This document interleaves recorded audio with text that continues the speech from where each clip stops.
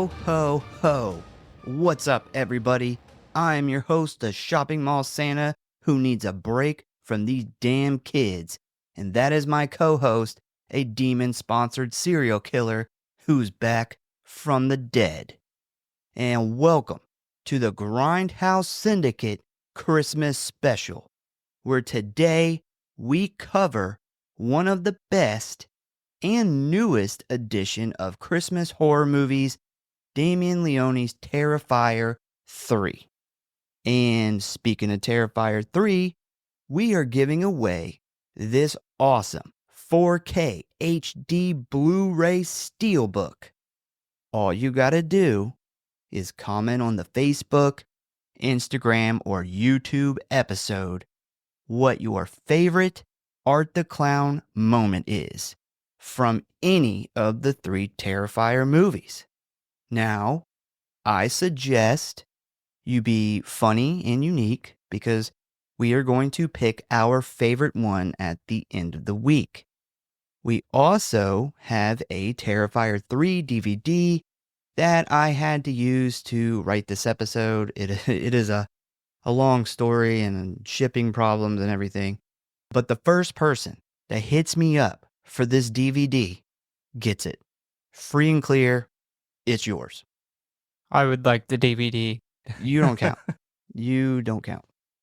We actually just sent out the mean one that we gave away. It ended up going to a cool dude named Brian. He got it signed, and we threw in some cool extras because that's a real shitty movie. And we kind of felt bad that he won such a pile of garbage. So congratulations to him. I hope he enjoys his prize, and good luck to the rest of you. It's a special pile of garbage. Yeah. And you know what I just realized? David Howard Thornton is the killer in every movie we would have given away.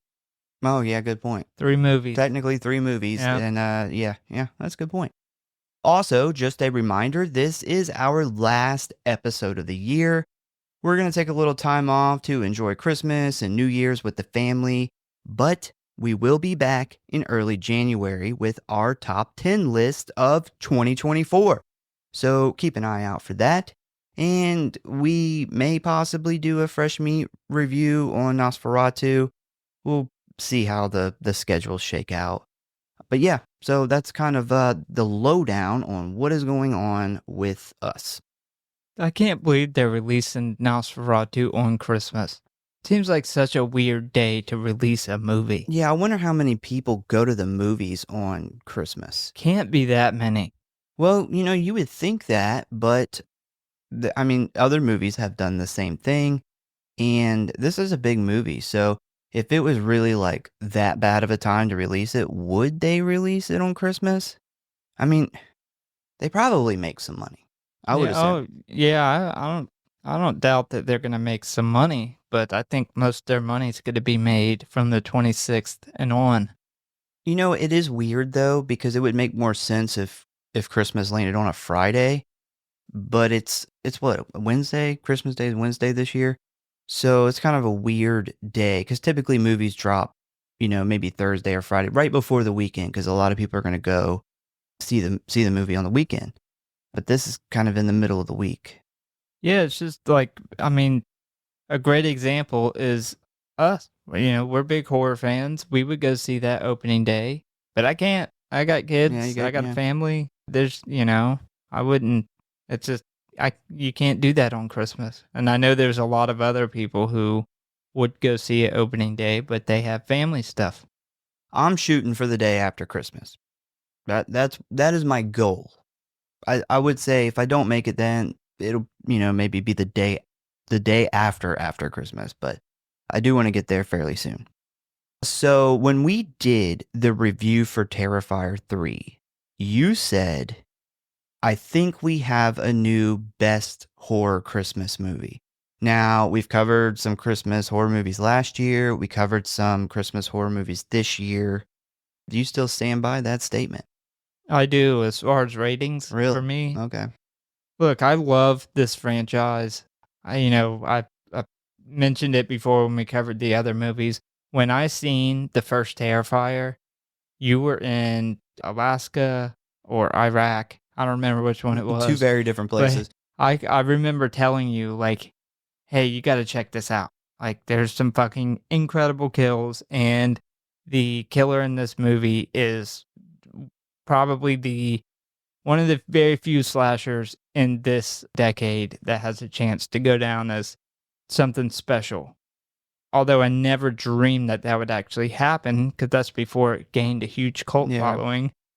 So, yeah, I love these movies. They're great slashers. They give awesome practical effects. But not only that, what this franchise has done for horror, it has completely changed the game. A independent movie coming in and having so much success and making it in theaters, and not just any independent movie, the most gruesome fucking independent movie you could imagine. Yeah. And us horror fans have banded together in such large numbers that they have said fuck the ratings, and they've let an independent movie that's this gruesome into the theaters. That would have never happened in the past. When I watched this, when I was writing this episode, I kind of thought about that, and I said, well, would I consider this a better Christmas horror movie than Black Christmas, which we just covered? And I thought about it for a couple minutes, and I realized these movies, they're way too different for it to really be a fair comparison. Not only are they extremely different movies with a complete different style, but they're also separated by so many years of how things are done and special effects and camera, like just a lot of that stuff is so wildly different that I don't think it's really a fair comparison, because I loved the original Black Christmas, and I really loved this movie, and I don't feel like trying to pick one or the other is something I want to do, or I would consider really fair. Yeah, as much as people talk about Black Christmas being a slasher and one of the original slashers, while Black Christmas did inspire a lot of the slasher franchises, I see Black Christmas as more of a psychological horror. We talked about it last week. So although these movies are both considered slashers, they couldn't be more different. Yeah, very different. But I definitely think the only Christmas movie that I think holds a candle, at least that we've covered, to this movie would be Black Christmas. Yeah. Like when you asked me that question, that was the movie that came to mind.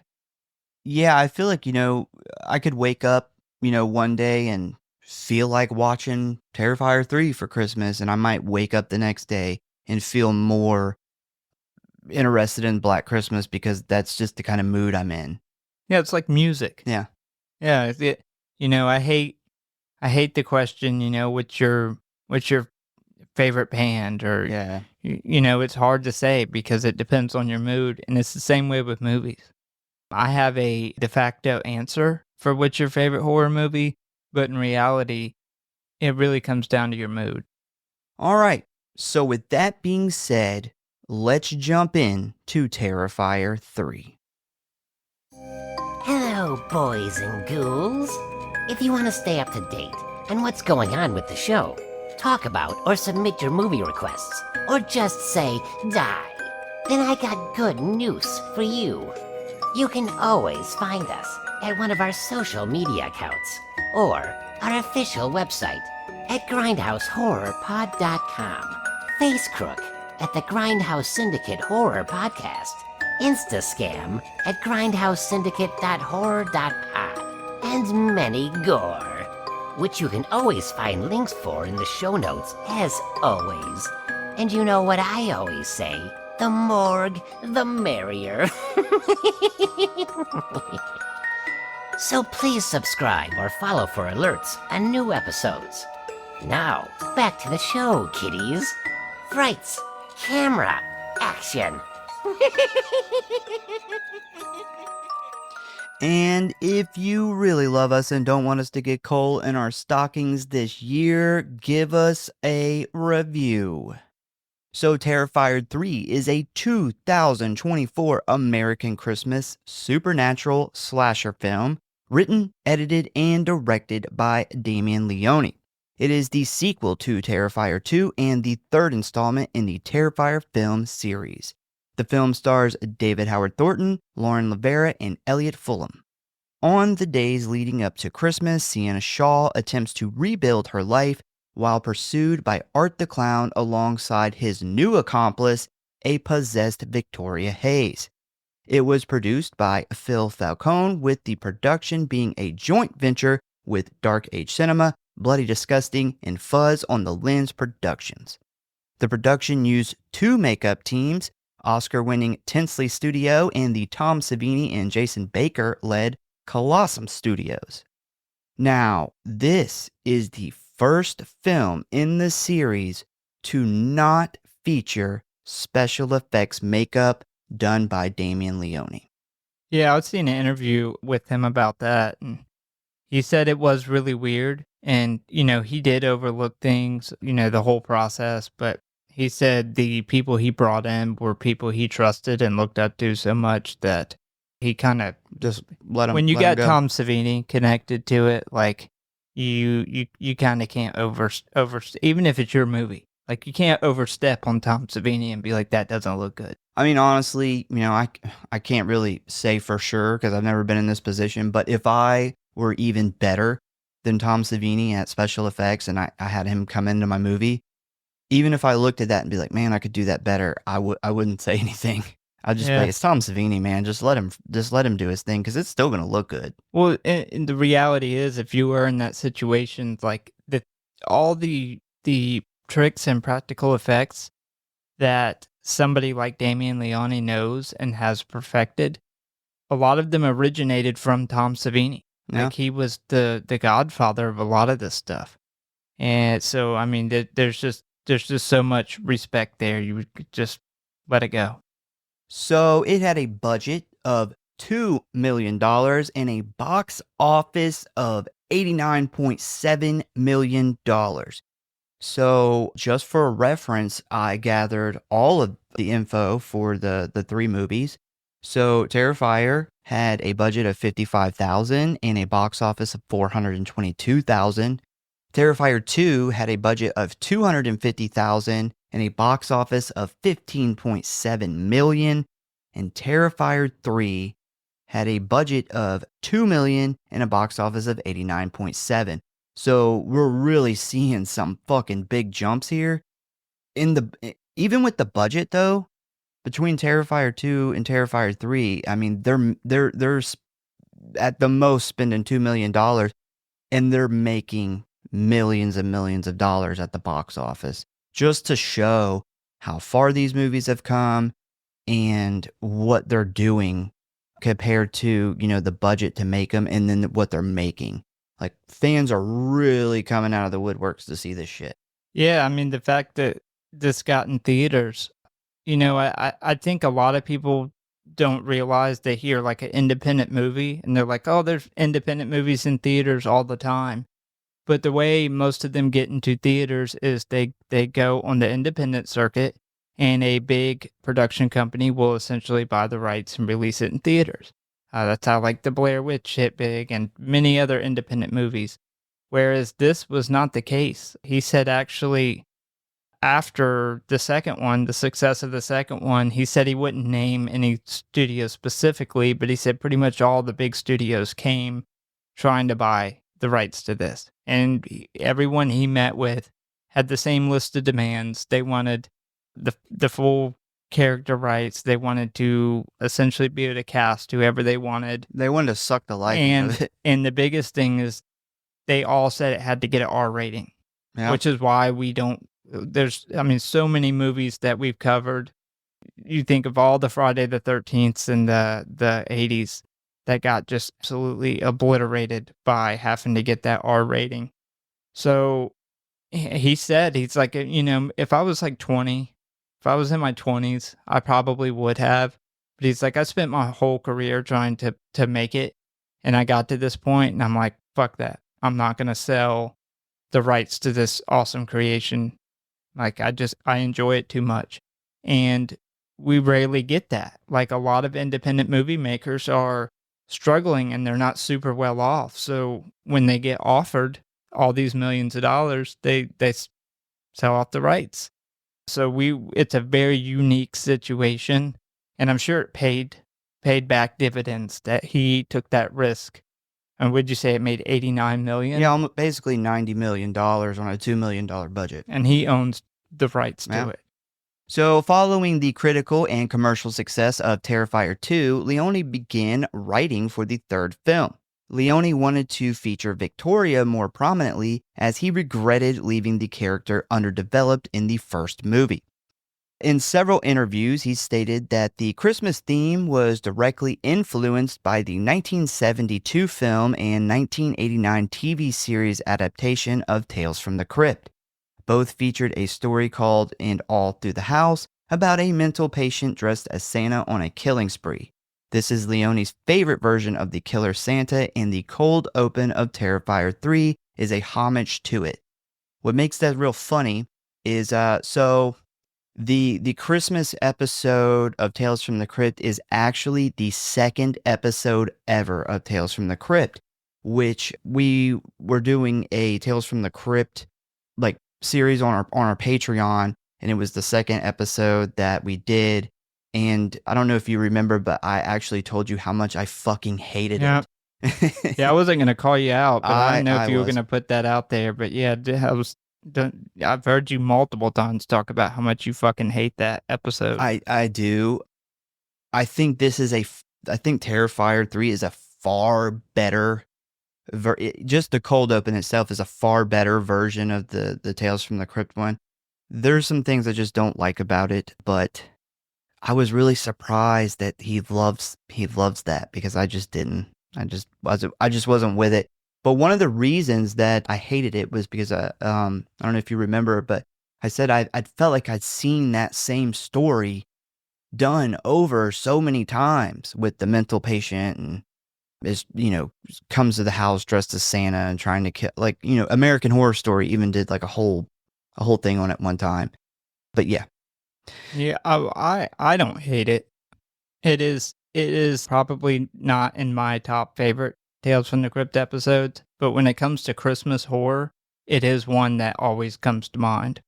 Yeah, I mean, I don't hate it for a Christmas thing. I just didn't like it as a Tales from the Crypt episode. So in May of 2023, it was announced that Terrifier 3 was expected to begin filming in November or December of 2023.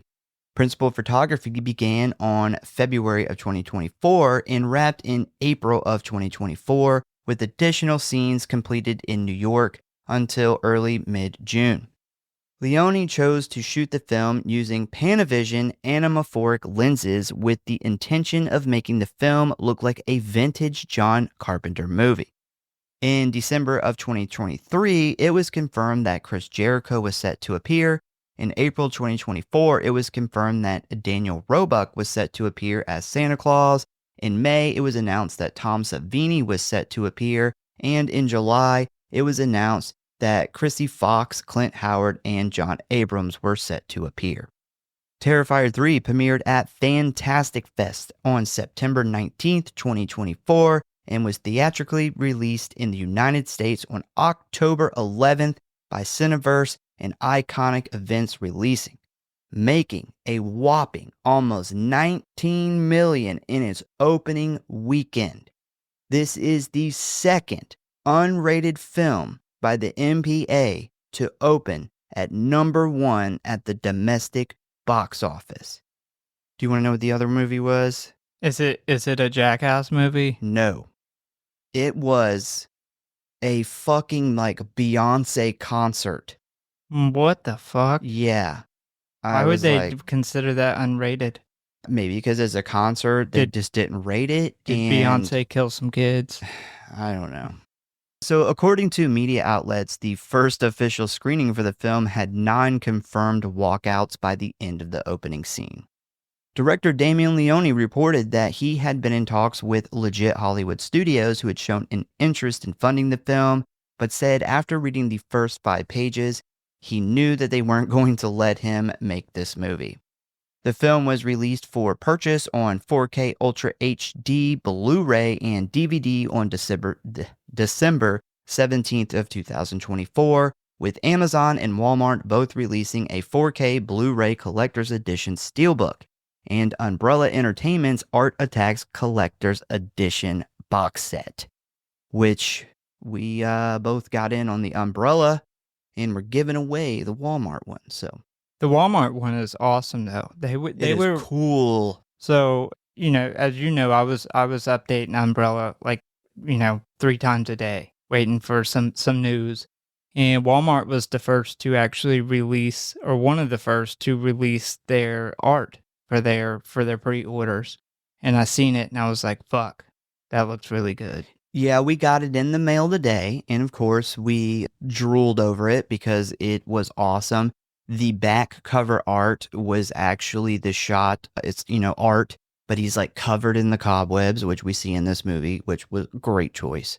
Very, very nice steelbook. I am going to be sad to see it leave. So, ratings. Rotten Tom gave it a 77%. I'm surprised that they did because I feel like they would hate this movie. Well, it's independent. So, they get the independent bump. Yeah, what would you say it got? 77. 77. Well, I feel like the independent movies start at 75. So they probably did hate this movie. IMDb gave it a 6.4 out of 10. Letterboxd gave it a 2.9 out of 5. But the Google average audience rating, not that much better, 3.6 out of 5. Wow, really? Yeah. It's lower than I thought the average audience rating would be like a 4. So apparently not everybody loves this movie. If you would like to watch it, you can currently find it available for rent at Fandango, Amazon, Google Play, and Apple TV for $9.99, or you can win one of ours and own it forever. I wonder if, because this movie was the first to be to have a major theatrical release and it got talked about so much, that if these non-horror fans had to check out to see what the buzz was, or even some more casual that aren't too much into the gore aspect of horror, and that's why it doesn't have as good of ratings as part 2, probably part 1 too. I feel like part 1's probably got a better, at least Google audience rating. I mean, I feel like that's at least somewhat accurate because I have personally heard of a lot of people that I know is not into horror, or people that don't watch any horror at all still watched it. And I feel like a big chunk is people that the hype was just so big that they had to see it, and then they walked out and was like, that sucked. Yeah, I mean, you gotta think, if you are not that into gore or horror at all, it's even worse if you're not into horror at all, and you have never seen a Terrifier movie, and you walk into this, you're going to be like, oh my fucking God. Yeah. What did I just walk into? All right. So are you ready to dive head first into the plot of Terrifier 3? Well, I've been ready to cover this movie since the end credits rolled and we were at the movie theater. Yeah. All right. So we start off at your pretty average middle-class family home, all decorated for the holiday and ready for Santa. It appears to be a few days before Christmas Eve, and we see a little girl walk into her parents' room, wake them up, and tell them that there is someone on the roof. And of course, this little girl thinks this is Santa.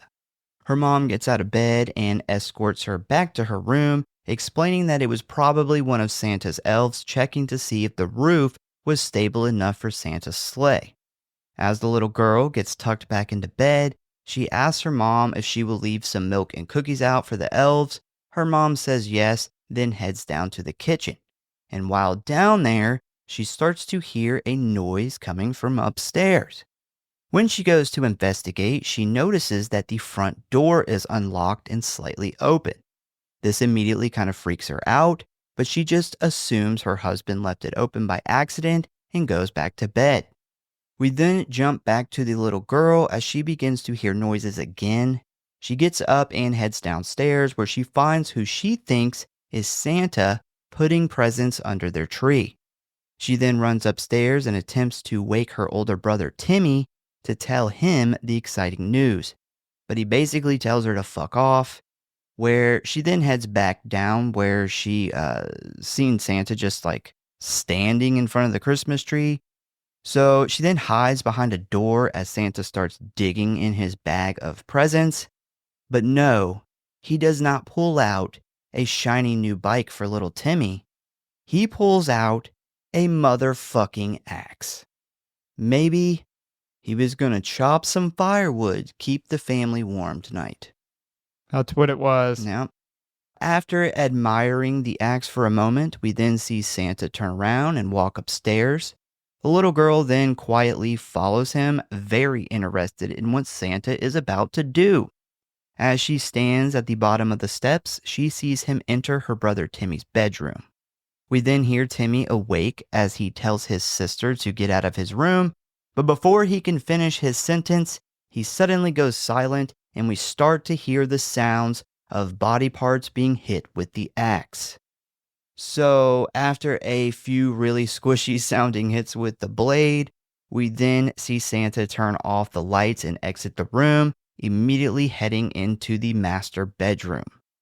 We see him then walk up next to the husband's side of the bed and start swinging the axe, hitting him in what we can only assume is like his midsection.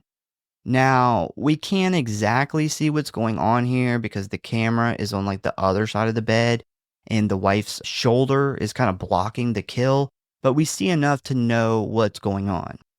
So Santa is just laying into this guy, and I guess the hits from the axe are causing the bed to like shake a little bit, and this is what causes the wife to start to wake up. And at first, she thinks her husband's like moving around in his sleep or something because she calls out to him as she slowly starts to roll over. But as she is doing this, she notices that her arm is like completely covered in blood. And at first, she's obviously confused, but quickly sits up and turns the lamp on next to her. And when she looks over, she sees the head of the axe buried in her husband's neck. She immediately starts freaking out, and this is where it is finally revealed that this isn't jolly old Saint Nick swinging his axe to the rhythm of jingle bells. No, it's motherfucking Art the Clown dressed in a Santa suit.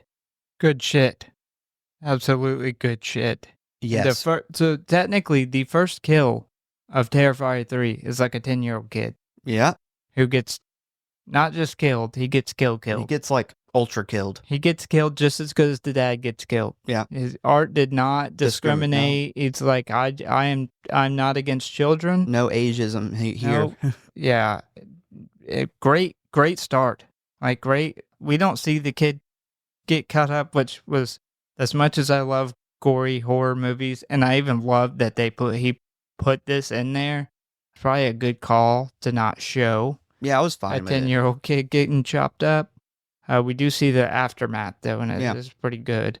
But yeah, gruesome. Like the dad getting cut up, he gets fucked up. Yeah. She starts losing her shit as Art kind of mocks her as he continues just laying into this guy's like bloody corpse. She then jumps up and attempts to run, slamming the door shut behind her. We then see Art hit the door with the axe from the other side, putting a familiar looking hole in it. As she takes off running to the little girl's bedroom, we see Art stick his face through the hole just like Jack Torrance did in The Shining, which is an awesome Easter egg. I love that he threw that in there. Well, you know, when in the theaters, when I first seen this, and probably everybody else in there, was The Shining is the first thing that comes to mind.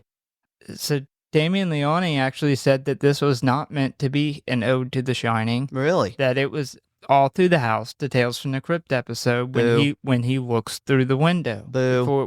When he's like fighting her to get into the house. And it wasn't until after they shot it, they were like, oh. I mean, it's like looks like the same exact hole from The Shining. He even like makes the face. I mean, the fact that I feel like maybe Damien Leone didn't know, but maybe David Howard Thornton picked up on it. Because he almost makes that same like face where he looks to the side. In my head canon, it's The Shining. So she runs into the little girl's room, but remember, the little girl's not in there. She's downstairs. So the mom then runs into little Timmy's room, and what does she find behind door number 3? The corpse of her child cut into like 6 pieces. The fact that the first 5 minutes of the movie, we actually see the brutally chopped up corpse of an 8-year-old child is wild. I mean, we're barely into this thing. So anyway, she sees this and about has a fucking heart attack when suddenly Art comes running after her. She then takes off running, but when she reaches the front door, she finds it's still locked. As she attempts to unlock it, Art runs up behind her and slams the head of the axe right into her back. He then throws her back into the hallway against a wall and swings the axe again, but this time he puts the blade right into her stomach. We then see some of her intestines fall out as she grabs the wound, with blood now like pouring from her back, her abdomen, and mouth. She stumbles across the living room, eventually falling to her knees. Art walks up behind her again, this time chopping her left arm clean off in 3 brutal swings. At this point, she is screaming in pain as Art laughs at her severed arm laying on the floor. We then get a close-up of her bloody face as her eyes widen from shock. Art then slams the head of the axe directly on top of her head, killing her instantly. We then see him struggle to remove the blade as we start to hear some Christmas music play. We then get a shot of her now cut up body laying in front of the Christmas tree as Art eats cookies and milk with his blood-soaked hands. That's such an Art thing to do. It is, yeah. Once he finishes up, he very politely washes the plate, and as he is doing this, he hears a thump in the cabinet below. Stupid kids. Stupid kids. Couldn't just fucking be quiet. He then opens it, revealing the little girl who was obviously hiding from him. We see a scared look on her face as she starts to breathe heavily while staring at Art in his blood-soaked Santa costume. He then smiles real big and waves at her. We then get a shot of the bloody axe laying on the countertop as the Christmas music plays, and then we get the title card. And I say, welcome to Terrifier 3, you sick bastards. What a fucking amazing opening scene. Yes. So the axe to the dad, he gets one through the jaw that we get to see, which is just, it was fantastic. But the axe through the top of her head, like, they even added the detail of her like left eye twitching a little bit. It kind of, where her head kind of splits a little bit, it makes her, you could tell her eyes are a little off. Like one of her eyes is kind of from the axe hit. Yeah. Yeah, great detail. Yeah, we get a nice, warm, Christmassy home where the family gets cut up by an axe. And what a perfect intro to a Christmas horror movie. Absolutely. It just doesn't get any better than that. When we were watching this in the theater, I was so into this and how awesome it was. I had forgot that we hadn't got a title card yet. Like it is a long intro. It is. Yeah. So after the title card, we then get a black screen with red letters that says 5 years earlier. And we immediately pick up right where Terrifier 2 left off. We find ourselves back at the abandoned fairgrounds where a police officer has arrived at the rundown Terrifier funhouse where the previous movie's final showdown between Sienna and Art took place. We then see the cop with his gun drawn walk up on Art's headless body just laying motionless on the floor. He then starts looking around while he's waiting on backup to arrive, and he finds the hole in the floor that Art kicked Sienna into. He shines the light down there where he just sees like some broken wood and some blood stains. He then turns back around and is very surprised to find that Art's body is gone. Before he gets a chance to react though, the headless body comes up behind him and grabs his neck and begins to strangle him. He fires his gun into the reanimated corpse, but it has no effect. We then cut to the subway station where we see Art's body get on a train. But he's not headless anymore. He has now cut off the cop's head and placed it on his body. I guess it's so it doesn't look so like weird while he's getting on the train. It's not really entirely I think clear. It was just funny. It's not entirely clear. It's just an art thing to do. It's just funny. The lady on the bus was like the... You mean the train? The train was a ode to the pigeon lady from Home Alone. Oh, I didn't pick up on that. There's actually some regular, like, just Christmas movie Easter eggs in here, too. Oh. So we then jump on over to the mental institution where Victoria Hayes is being detained. Because remember, she mutilated that reporter's face after the interview in the last movie. And we also see her give birth to Art's head at the end. So that is where we are at here. So, and you know what? I forgot to say in the beginning.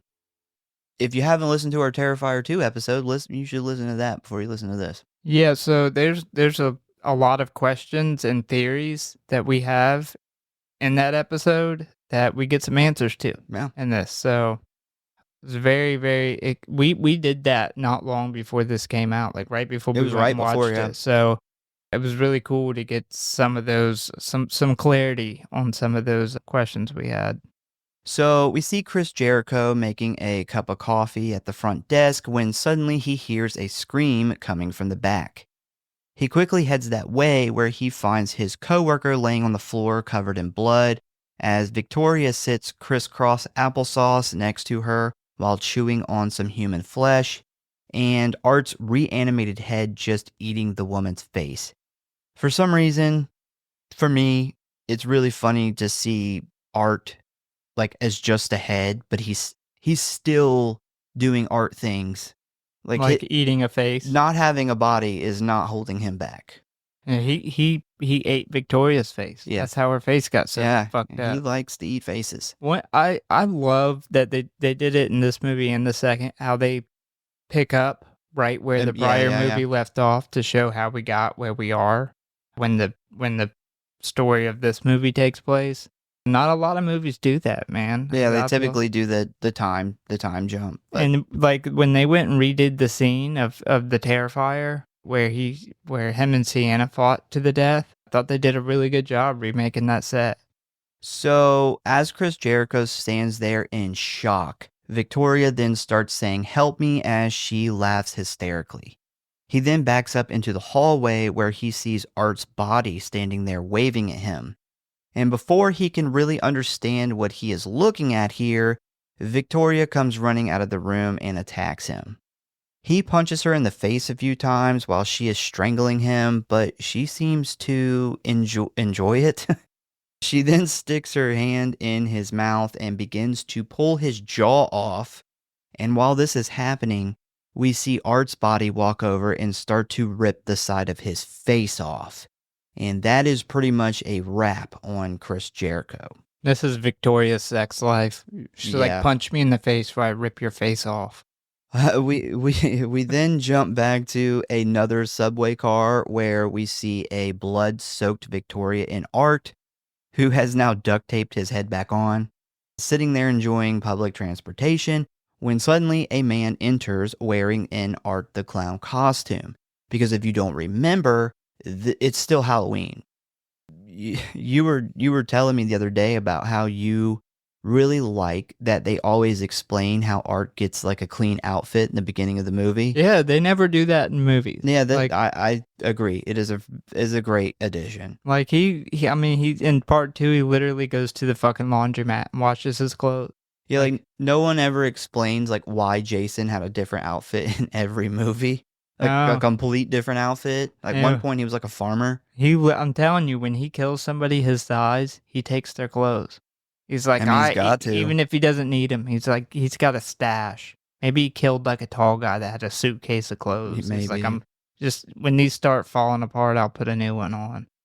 So this fucking doofus notices Art and Victoria sitting there, and he gets stoked thinking that they are just regular people who also dressed up like Art the Clown for Halloween. He then starts complimenting them on how awesome their costumes are and even takes a picture with his phone. The scene ends, but the next time we see Art, he has a nice new clean outfit on, so he obviously killed that dumbass. They totally should have made it where that dude was shorter than Art. So Art is like now walking around the rest of the movie with like a slightly too small costume on. Has to like lean over. Like his pants don't go all the way down to his shoes. Like he's expecting a flood. Missed opportunity. I just wonder if they literally stripped this guy's clothes off before they killed him. Yeah, it is. Art's famous. At minimum, he's gonna rip your fucking face off. Yeah, when I was doing when I was writing the kill list, I actually thought about that because we don't see how he dies. I'm like, is there something I can maybe figure out how he may have died? And I was like, would Art do fucking poison him? Because there's literally nothing on his outfit. Like, it's completely clean. Well, so in part one, Art does have some that whatever shit he had in that syringe that he stabs that girl in the neck with. Maybe he's got some like chemical weapons on him. So next we see them arrive at an old abandoned house. This definitely seems like it was Art's old hideout because we see that workbench where he makes all his fucked up weapons that he has in the other two movies. So then we see Victoria walk into this decrepit bathroom where she stares at herself in the mirror for a moment before saying, "Oh, Vicky, you used to be so hot. Now nobody is gonna fuck you." She then starts slamming her face into the mirror over and over again until all the glass is broken. She then reaches down and picks up a large shard of glass and gets into the bathtub, slicing her wrists all the way up to her elbows on both arms. We then see her just sit still as the blood quickly pours from her body. The same time this is going on, Art heads up to the attic where he finds an old rocking chair. He then grabs it, sliding it over to a window that is shaped exactly like the famous one from the Amityville Horror House. He then takes a seat, begins rocking and staring out into the night sky as the screen fades to black. So we then jump 5 years ahead into the present day, where we see a man arrive at Sunny Valley Treatment and Recovery Center to pick up his niece, who is a patient here. This guy's name is Greg, and he is the uncle to our badass final girl from the previous movie, Sienna Shaw.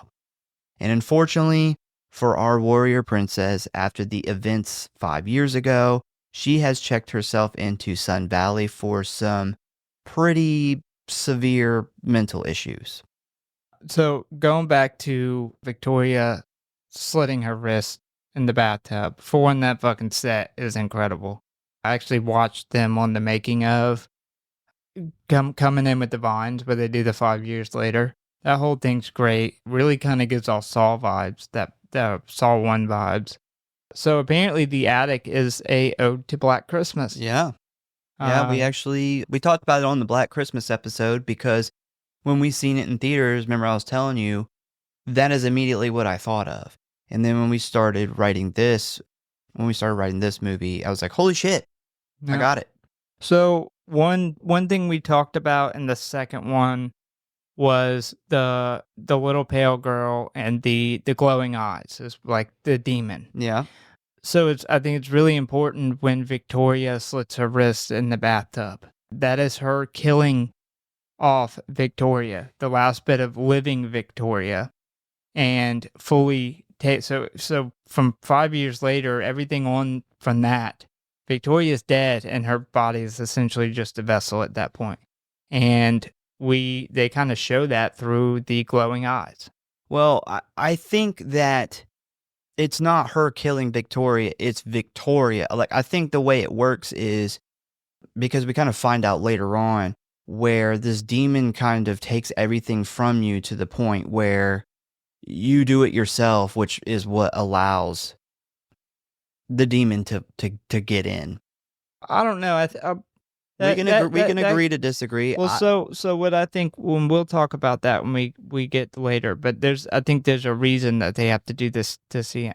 Well, we know that there's a reason why they have to do this to Sienna, but regardless, it's after that point is so it explains why the little pale girl is not in this movie.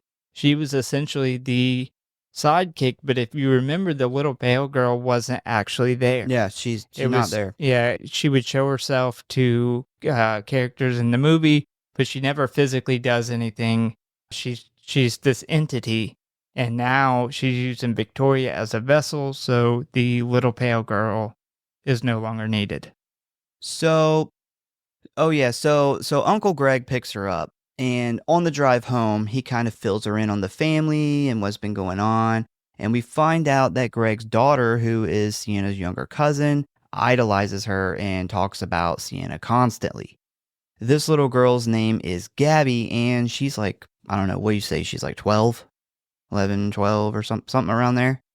And she doesn't know the extent of what happened to Sienna 5 years ago.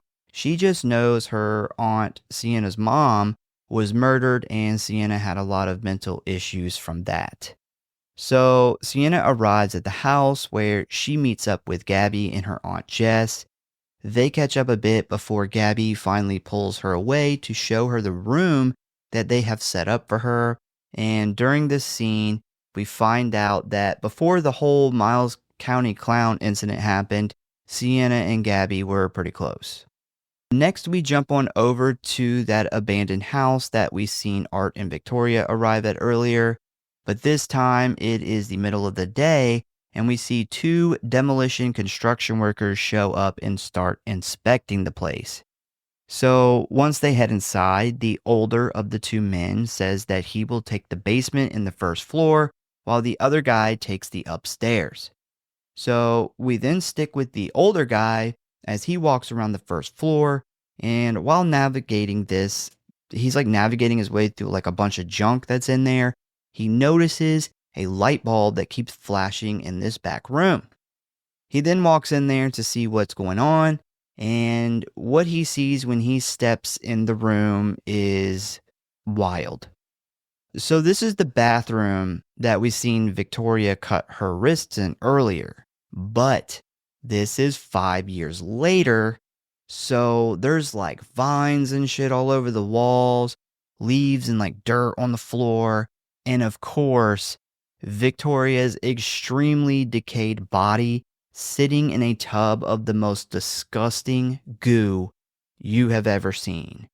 This is one of my most favorite shots in the whole film. This set it looks so fucking good. It's like perfect. Yeah. I think the 5 year later of the bathroom, just the goop in the tub, It's the scary, fucking vines, like the detail. We even get some like if you catch it in the corner, the lights flickering a little bit right when he goes up to her, which look really reminiscent of the glowing eyes that she ends up with. But yeah, the set's incredible. They did a fantastic job. So this guy, when he sees this shit, he's shocked, as he should be. And he then grabs his phone and turns on the camera, kneeling down next to the tub while filming. And he then attempts to yell for like the other guy to come look at this. And while he's looking away, we see Victoria's hand start to rise out of the goo, still gripping that big ass shard of glass. She then quickly opens her eyes and snaps her head as she jams the shard right into the man's neck. He then falls to the floor as blood spurts from his wound. We then see a very scary looking Victoria slowly climb out of the goo-filled bathtub. She is genuinely scary here.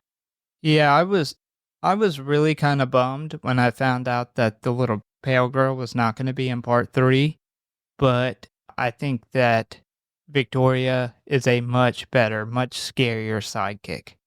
Yeah, I don't know if you remember when we did the review, but that was one of my issues with the movie, is not having the little pale girl in it, because I really thought she was a great addition to 2. Oh, I didn't remember you saying that. Yeah, remember, because I didn't rate it nowhere near as high as you did, and one of my complaints was like completely removing the little pale girl. I don't feel as strongly about that now as I do then, but I do wish she was in it at least somewhere. But I agree, Victoria, way fucking scarier, creepier in this movie. Yeah, with the story is essentially she was this demon. Now she's got a body. So, I mean, they could have put her in somewhere, but it really wouldn't have pertained to the story too much. Yeah, I 100% was totally upset when I found that out. Not upset, but I was kind of bummed. I'm like, how are you going to have this main sidekick character? She was a breakout character. Yeah, and she's not going to be in the other movie at all. I think it was a good decision now, looking back on it. I think Victoria's way, way scarier. So we then jump to the other guy who has made his way up to the attic. And while looking around up there, he spots a motionless Art the Clown still sitting in this rocking chair in front of the window. But now he's like covered in spider webs.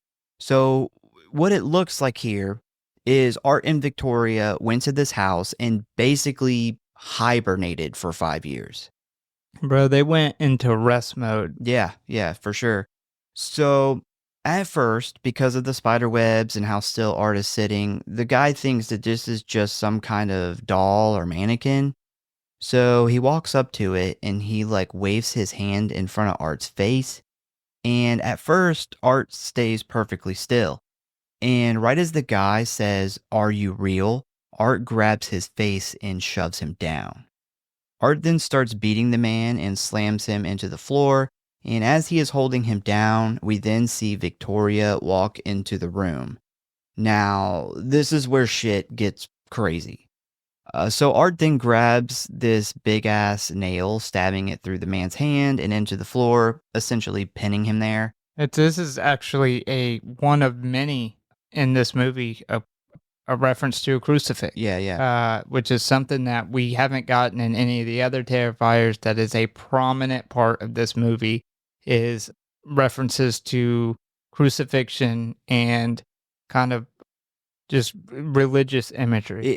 This movie has a serious religious undertone to it. Yeah, and before we didn't really get the questions that we had answered. Now, this movie was kind of setting up. This is the good versus evil, the classic good versus evil story. So he then bites the man's fingers off, and after that, he grabs a box cutter, slicing the man's scalp in two, and proceeds to then grab each side of the scalp and rip it in two. And while this is going on, Victoria is standing there masturbating with this huge shard of glass. Oh, holy shit. Victoria fucking herself with a piece of glass while Art is degloving this man's face, his entire head. Yeah. In the theaters, I know we talked about this in the review, I was like, holy shit. I can't fucking believe I'm watching this. This is awesome and fucked up at the same time. Yeah. Very disturbing. I know we talked about it then. There's just, and this is one of the moments that sticks out in my head when I think about this movie, even after just seeing it in the theaters. I've referenced the Exorcist crucifix moment where she's stabbing herself with the crucifix down there. That's very reminiscent of this. I referenced the Evil Dead, the tree scene. Yeah. there's something so taboo about the degradation of something so sacred. And then, when this is literally evil getting off on somebody being gruesomely murdered. On evil. Yeah. It's just something about it that always just, it makes a huge impact. So Victoria's just going to town on herself here, squirting blood all over the floor as Art literally rips the man's whole head skin off. So, which looks incredible, by the way. So here's the deal. What's going on here is there is a demon that is essentially using Art and Victoria. So Art kills himself at the end of the first one because he's human in that one. But then in the beginning of Terrifier 2, we see the demon bring him back to life. This demon takes the form of the little pale girl who we see helping Art out with the murders in the second one. Sienna then cuts his head off in the final showdown, but this demon has made Art kind of invincible. So when Art and Victoria go to this house, we see Victoria lose all hope of ever living any sort of normal life. She ends up killing herself in the bathtub. And this is, ultimately what the demon wants to do, because it can now fully take over Victoria's body, allowing it to be fully present in the real world, where it can now kill people instead of having to just rely on Art to do the killing. Yeah. So, like I mentioned, there's a lot of religious imagery. There's a lot of mocking of Jesus and the crucifixion. This is essentially the unholy trinity. You got Satan or evil as the father, Art as the son, and if you remember at the end of Art, he lets her cut his head off. And he's reborn through Victoria, which is the Holy Spirit, the spirit that has now taken over this body. This is literally like the unholy trinity of horror. So basically, kind of the gist of at least what we're seeing right here is that the Victoria that we see in this movie is not really the same person at all that we've seen in the previous two. It's Victoria's body, but she is now completely taken over by the demon. Victoria Hayes, the person, is dead, not coming back, period. Yeah, I think the demon was highly influencing her, and it was her at times, and it wasn't her at other times. And I think that, she finally broke her down enough to take her body, kill that body, to fully have it as the vessel. So next we head on over to Greg and Jess's house, where we see Sienna and the family having dinner. And at first everything is pretty normal, when suddenly Sienna's former best friend Brooke, who was brutally murdered by Art in the last movie, appears across the table. And she looks fucked up. She has been very badly beaten and is straight up covered in blood. And I'm talking about Carrie on prom night covered.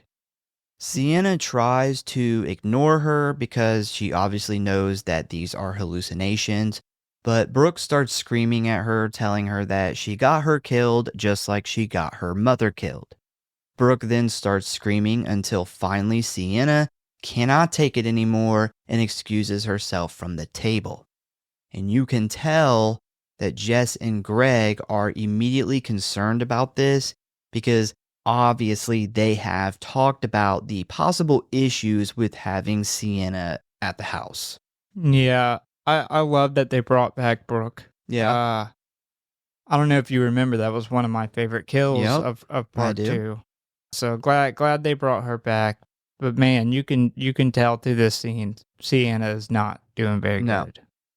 So next we catch up with Sienna's brother Jonathan, who is now in college, trying to live a normal life, and he heads into his dorm room where we meet his shitty roommate Cole, and even worse, his roommate's even shittier girlfriend Maya. And right off the bat, Maya is obsessed with meeting Jonathan. And you might ask yourself, why would a young, attractive college girl be so interested in quiet, shy Jonathan? Well, I'll tell you why. Because like many upper middle class white girls, she has herself a true crime podcast. And Jonathan just happens to be one of the only survivors of the Miles County Clown Massacre. So she just immediately pounces on Jonathan the moment he walks in the door. She tells him that she's been following him for years, knows everything about him, and even claims that he is a legend on the internet. Despite all of this, though, Jonathan doesn't really care. He's just trying to live his life as normally as possible, put the past behind him. But this chick does not give a fuck about that. So after she tells him all this, she then asks him for a favor, and I think we all know where this is going. She tells him that her and her friend have a true crime podcast and their Miles County Clown episodes always get the most plays, and she then drops the bomb on him by asking him if he would please appear on her show to talk about what happened. I hate this bitch. The moment she popped up on screen, I could not wait for Art to kill her. Yeah, she is fucking awful. He is. Why the fuck would he want to go on your podcast? Like, his mom was killed. Yeah. His sister's permanently fucked up. He's fucked up mentally. Why in the fuck would you go on a podcast and talk about that? I would have been like, bitch, get the fuck out of my face. Yeah. So Jonathan very nicely tells her that he isn't interested. She, of course, doesn't take no for an answer and tells him that she thinks people would want to hear from him after all this time. Not a single person in this room gives a fuck about what she thinks. So before he can answer, Cole jumps up and tells her that Jonathan doesn't want to go on her show to relive the worst experience of his life. Fortunately for Jonathan, this conversation gets interrupted when his phone starts to ring. He then tells her that he will think about it and walks off to answer the call. So he goes out into the hallway to talk, and it is the clown slayer herself, Sienna. And they kind of chat for a minute, but you can tell that they haven't really talked much lately, and there's definitely some kind of like friction between them. Sienna then tells him that she is staying at Aunt Jess's house and she is very excited to spend Christmas with him this year, and she will see him in a few days. Now, one important thing we see during this conversation here is Jonathan asks her if everything is okay, and she says yes, but we get this quick shot of Sienna having a panic attack in the bathroom, struggling to get her bottle of pills open. So it is safe to say, on the inside, she's not doing very good. So after this, we then jump on over to Art, who is still at the abandoned house, and we see him sitting at his workbench, building a fucking liquid nitrogen gun spray thing, which liquid nitrogen kills, always awesome. One of the best things about Jason X, actually. It is the best thing. Right next to the simulation of the two girls sleeping bag kill. So next we head on over to a bar where we see a shopping mall Santa still wearing his Santa suit, sitting at the bar drinking a beer with two girls on his lap. There is also another guy sitting next to him, which is played by Clint Howard, who has been in many movies. But when I see him, I always picture his iconic role in the amazing creature feature, Ticks, which I just so happen... Knew you were going to say that. Just so happen, while Jordan was watching this movie for the episode, once again, just so happened, caught the end of Ticks on TV. Yeah. What a coincidence. So after teasing Santa a little bit, the girls leave the bar, and Santa and the other guy just kind of hang out and talk to the bartender. So they're just shooting the shit when we see Art walk past the bar. And as he is passing by, he notices Santa through the window. And he gets super excited because he thinks that this is the real Santa Claus. When they first announced this was going to be a Christmas movie, I was praying they did like something like this. And this ended up being way better than I could have imagined. Yeah, Art getting excited like a kid over seeing Santa is fucking priceless. Yeah, fantastic. So Art runs in carrying his big black trash bag of death, even knocking over one of the girls in the doorway because he's just that fucking excited. Bro, how does his bag keep getting bigger? He's been in rest mode for 5 years. I don't know. So despite the bartender and the other guy thinking that this is like really weird, Santa is totally cool about it. He then invites Art over to talk to him, which Art is stoked about. He then pulls Santa's beard to check and see if it's real, which it is. And when Santa says, ouch, we actually see a genuine Art the Clown, sorry he hurt someone, which I never thought I would see. Bro, this Santa Claus handles this so well. I feel bad. Like I remember being like, man, this guy's so nice. I feel bad when he's gonna die. Yeah, especially the way he dies. So Santa then tells Art to have a seat and he will buy him a drink. Now, during this whole scene, we can tell that this bartender is very skeptical about Art. He definitely suspects there is something up with this guy. Santa then tells the bartender to hurry up with the drinks, and the bartender demands to see Art's ID first. Art then reaches into his bag and pulls out a wallet, tossing it onto the bar.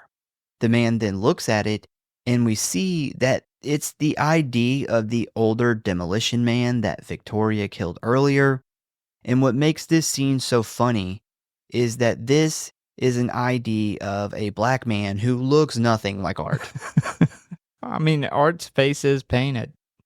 Yes, but even the facial structure, not even close. So the bartender says, fuck it, and he pours them all a shot, and they all take it together, when suddenly Art spits the drink out all over Santa's face. I mean, I guess Art has never drank liquor before? He's not a liquor drinker. No. I laughed. Like, I don't really laugh out loud much, but when he spit this shit out in the Santa's face. You LOL'd. I LO fucking L'd. So this pisses everybody off. The vibe completely changes at this point, and Art, who is sitting on Santa's right knee, begins pissing all over his leg, which, you can imagine it makes the situation a whole lot worse.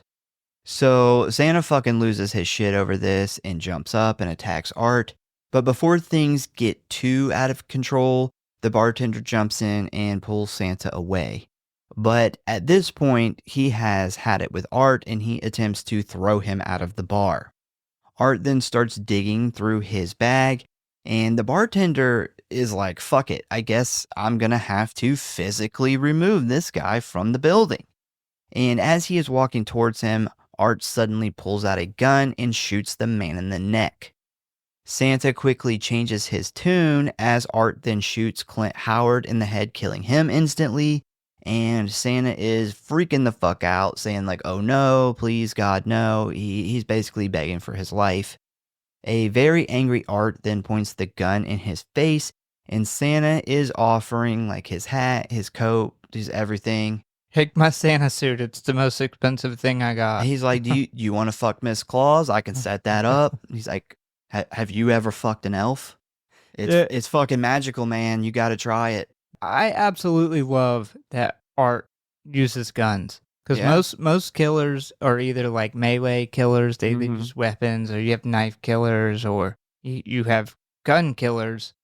Bro, Art will kill you with anything. And I love that he uses guns, but it fucking surprises the shit out of me every time. Yeah. Like, I remember in part 1 when he pulled the gun out, because you don't even think that he might use a gun. It's been like that every time he's used one. An elf can do things with your balls that you never even imagined. Magical things. We then skip ahead a little bit where we see Santa tied to a chair and Art now wearing his Santa suit. Santa then tugs and pulls at the ropes, trying to get free as he screams, "Help me," hoping someone from outside hears him. But unfortunately for old Saint Nick, no one seems to be coming to his rescue. And things are about to get a whole lot worse as we see Art dig through his bag and pull out his liquid nitrogen canister. So not only are we getting a liquid nitrogen kill, but the victim is motherfucking Santa. Bro, wow. Art must have been some type of engineer. Maybe. In real life. Or like one of those redneck guys that could just fix anything. Yeah. Rig anything up. I just picture him as like an engineer who just always just fantasized about making the most gruesome killing weapons. Remember almost like John Kramer from Saw. he was an engineer. He was. That story would have totally not made a bit of fucking sense if he wasn't an engineer. So once Art shows him the label on the bottle, he starts trying to explain that he isn't the real Santa, but Art isn't buying it. He even tries to tell him about his family, but as he is naming his grandchildren, Art blasts him in the legs and arms with the nitrogen. Once the cloud dissipates, we see that it has frozen parts of his body instantly. Art then grabs a hammer and destroys one of his legs and hands.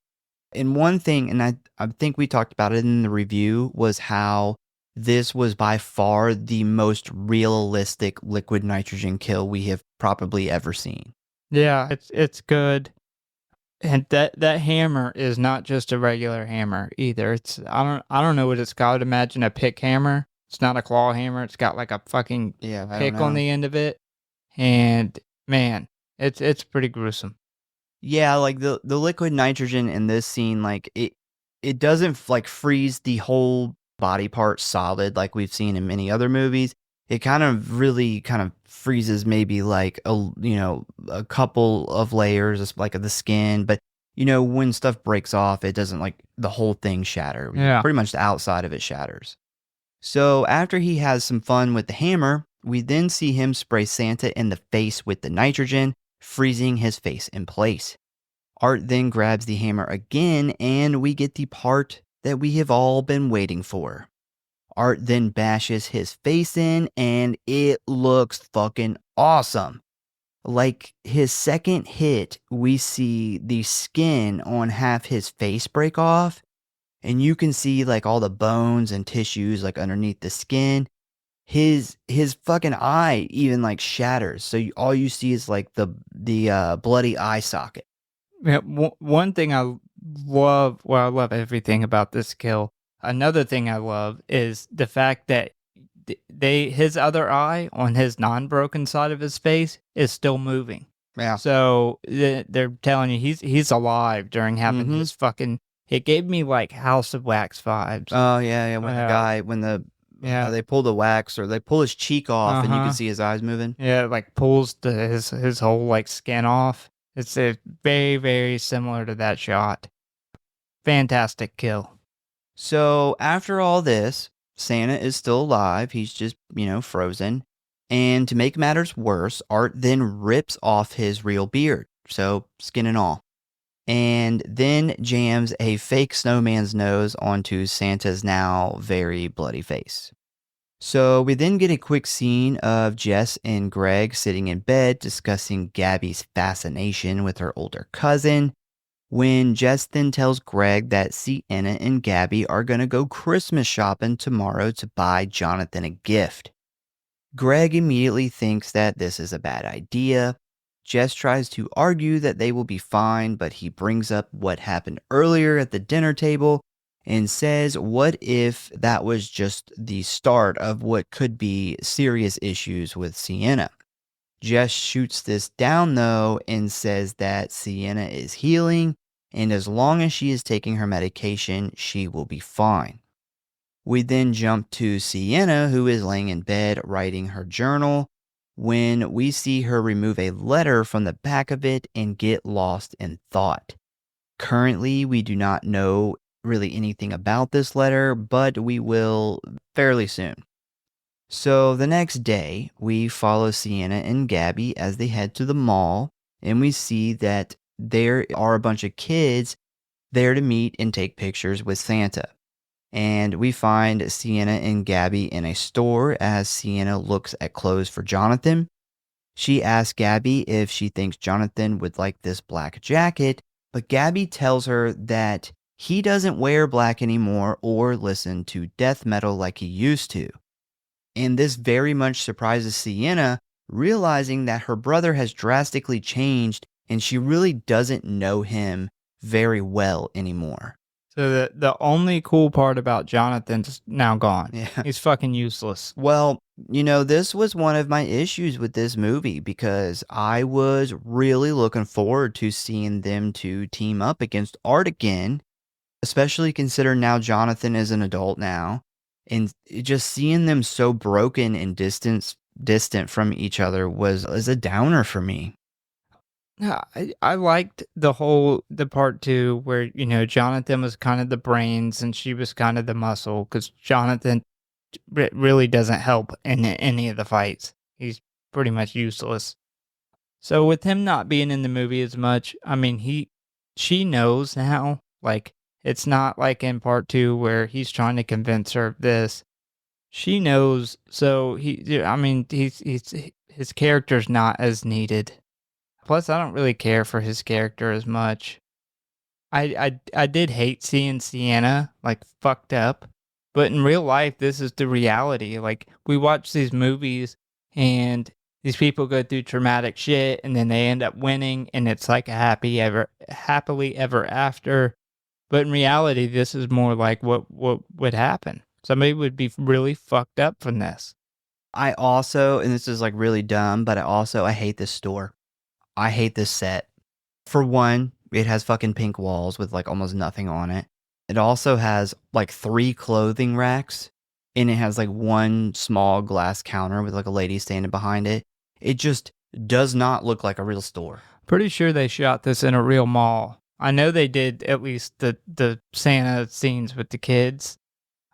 What I would imagine is it was probably a vacant store with nothing in it. And they went in and just put together a set. It just, yeah, I mean, it gives me like B-movie vibes. It's just like and it's dumb because everything else in the movie looks good, but actually I hate this scene because I hate this store so much. That's weird. Nah, I don't know. It's a very, very, very unimportant store in the grand scheme of things. So Santa number 2 decides that he needs to take a break. So he heads him back for a bit, and the elves tell the kids that he'll be back in a few minutes. We see Sienna notice that she can hear the Clown Cafe song playing over the intercom, which, by the way, when we covered Terrifier 2, that fucking song got stuck in my head for like 2 days. It's a good song. So I wasn't like stoked to hear it again. It's a good, really awful song. Yeah. But this immediately puts Sienna on guard as she tries to figure out if this is real or another hallucination. She then starts looking around, where she then sees a slim Santa walking past the store, carrying a large red bag and wearing a Santa mask. Her eyes immediately lock onto him as he passes by, when he suddenly stops and turns to look directly at her. And you can tell that it is art because he is wearing his trademark bloody white gloves. Sienna then freezes in fear as he waves at her for a moment. We then get a close-up of her face as tears slowly fall from her eyes. He then walks off as Gabby breaks Sienna's attention, asking her if she is okay, to which she lies and says yes. And Art waving at her with this fucking like plastic Santa mask on, and the way they shot it in slow motion with the Clown Cafe song like playing in slow motion in the background, that was just really creepy. That was really, really awesome cinematography, I guess, direction on that. Also, Lauren Lavera is a fucking incredible actress. Yeah, she's good, man. I look forward to seeing her in other movies, besides Terrifier, because I think she's definitely an actress that can do other stuff. Yeah, she's awesome. We then jump on over to Jonathan, who is watching Basic White Girl Maya's podcast episode about art.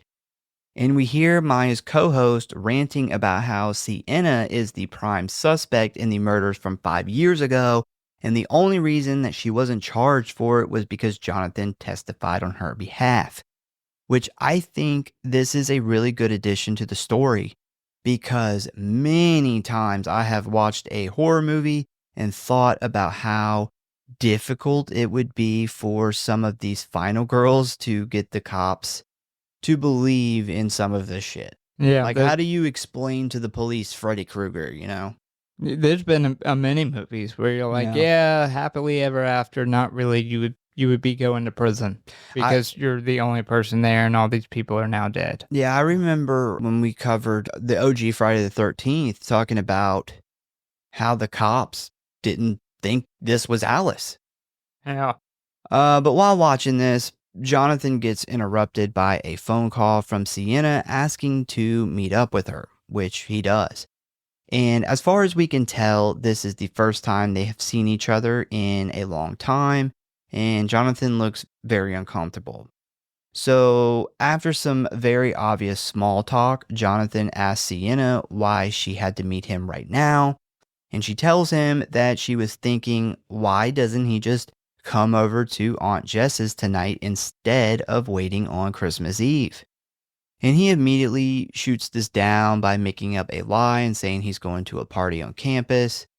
Sienna is a little hurt by this when they suddenly get interrupted by Cole, Jonathan's roommate.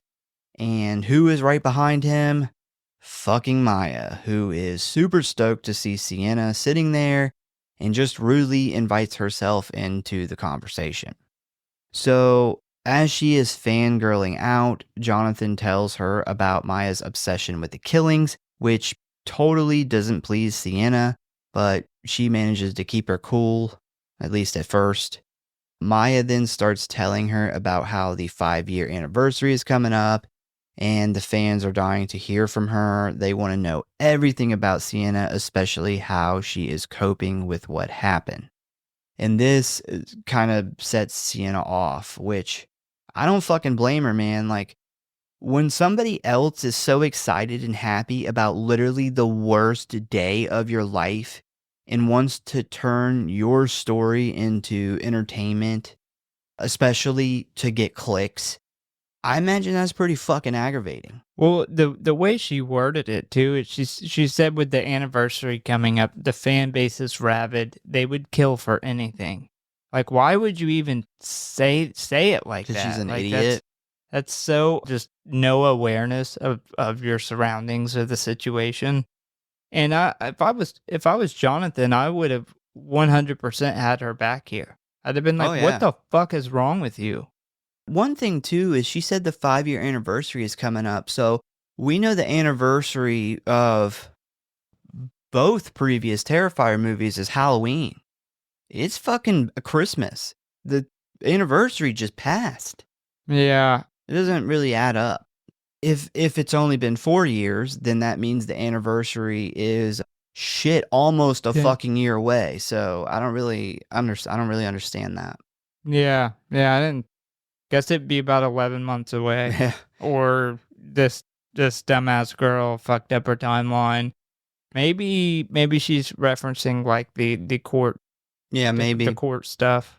So Sienna starts laying it on her, telling her that she's been in and out of a psychiatric hospital for the past 5 years. She constantly sees hallucinations of her dead friends and family, and the guy who did this is still out there somewhere. And you can see on Maya's face that the reality of the situation is not happy, exciting, and awesome like it is for her. After this, Sienna calls her a leech and screams, "Can't you act like a human being for one fucking second?" And then she realizes that everybody sitting around them is now staring at her. Her and Jonathan then walk out into the hallway to talk privately, where Jonathan asks what the fuck she's doing. And Sienna then tells him that she's seen Art at the mall today. And a now concerned Jonathan starts asking her questions about it. But when she follows it up with the fact that he was dressed as Santa, Jonathan loses confidence in her story and starts assuming that this was in her head. Oh, how the tables have turned. Yeah. Part 2, he was trying to convince her. Yeah, so this causes a big fight between the two, and Sienna finally asks him like what his deal is, and he basically says that Art is dead and they need to just move on. Sienna then reminds him of what he said in a letter to her about having to destroy the little girl before it's too late because the little pale girl is a demon. And this is where we find out that after the events of Terrifier 2, Jonathan did a ton of research and figured out that the demon disguised as the little pale girl is using Art to try and enter our world. Once this happens, a counterpart is chosen to try and stop this from happening. And this counterpart is Sienna, hence why she got the magic sword. So after we learn this, Jonathan then asks Sienna what she plans on doing about this, and she tells him that first she must go back to the abandoned Terrifier funhouse and dig up the magic sword. So next we head back on over to the mall where we see Art walk up and sit in the Santa chair, totally prepared for kids to come sit in his lap. Because apparently Santa number 2 is still on break. It's a long break. Yeah, he's got those U.S. Postal Service break. Yeah. So Art then starts calling up kids and actually like handing out presents. And when the other kids sees this, they all bombard Art despite like their parents' confusion. So one of the elf workers sees this and alerts the mall security guard that is not Santa number 2. The security guard then walks over and physically removes Art from the chair, telling him to leave the mall now. Art then kind of stands there and taunts him for a moment while the kids open all of these presents.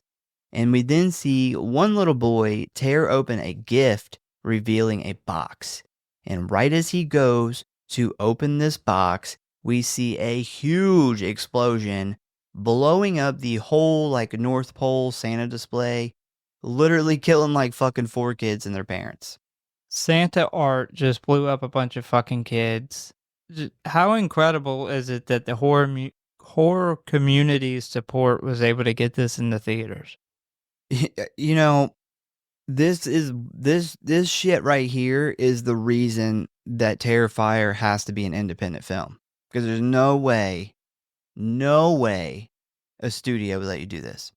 No, I think if it was sold off to a studio, man, it would completely ruin the franchise. But thank God after part 2 that he turned down those offers. Like, I wonder what happened to Damien Leone's childhood that made him like think of shit like this.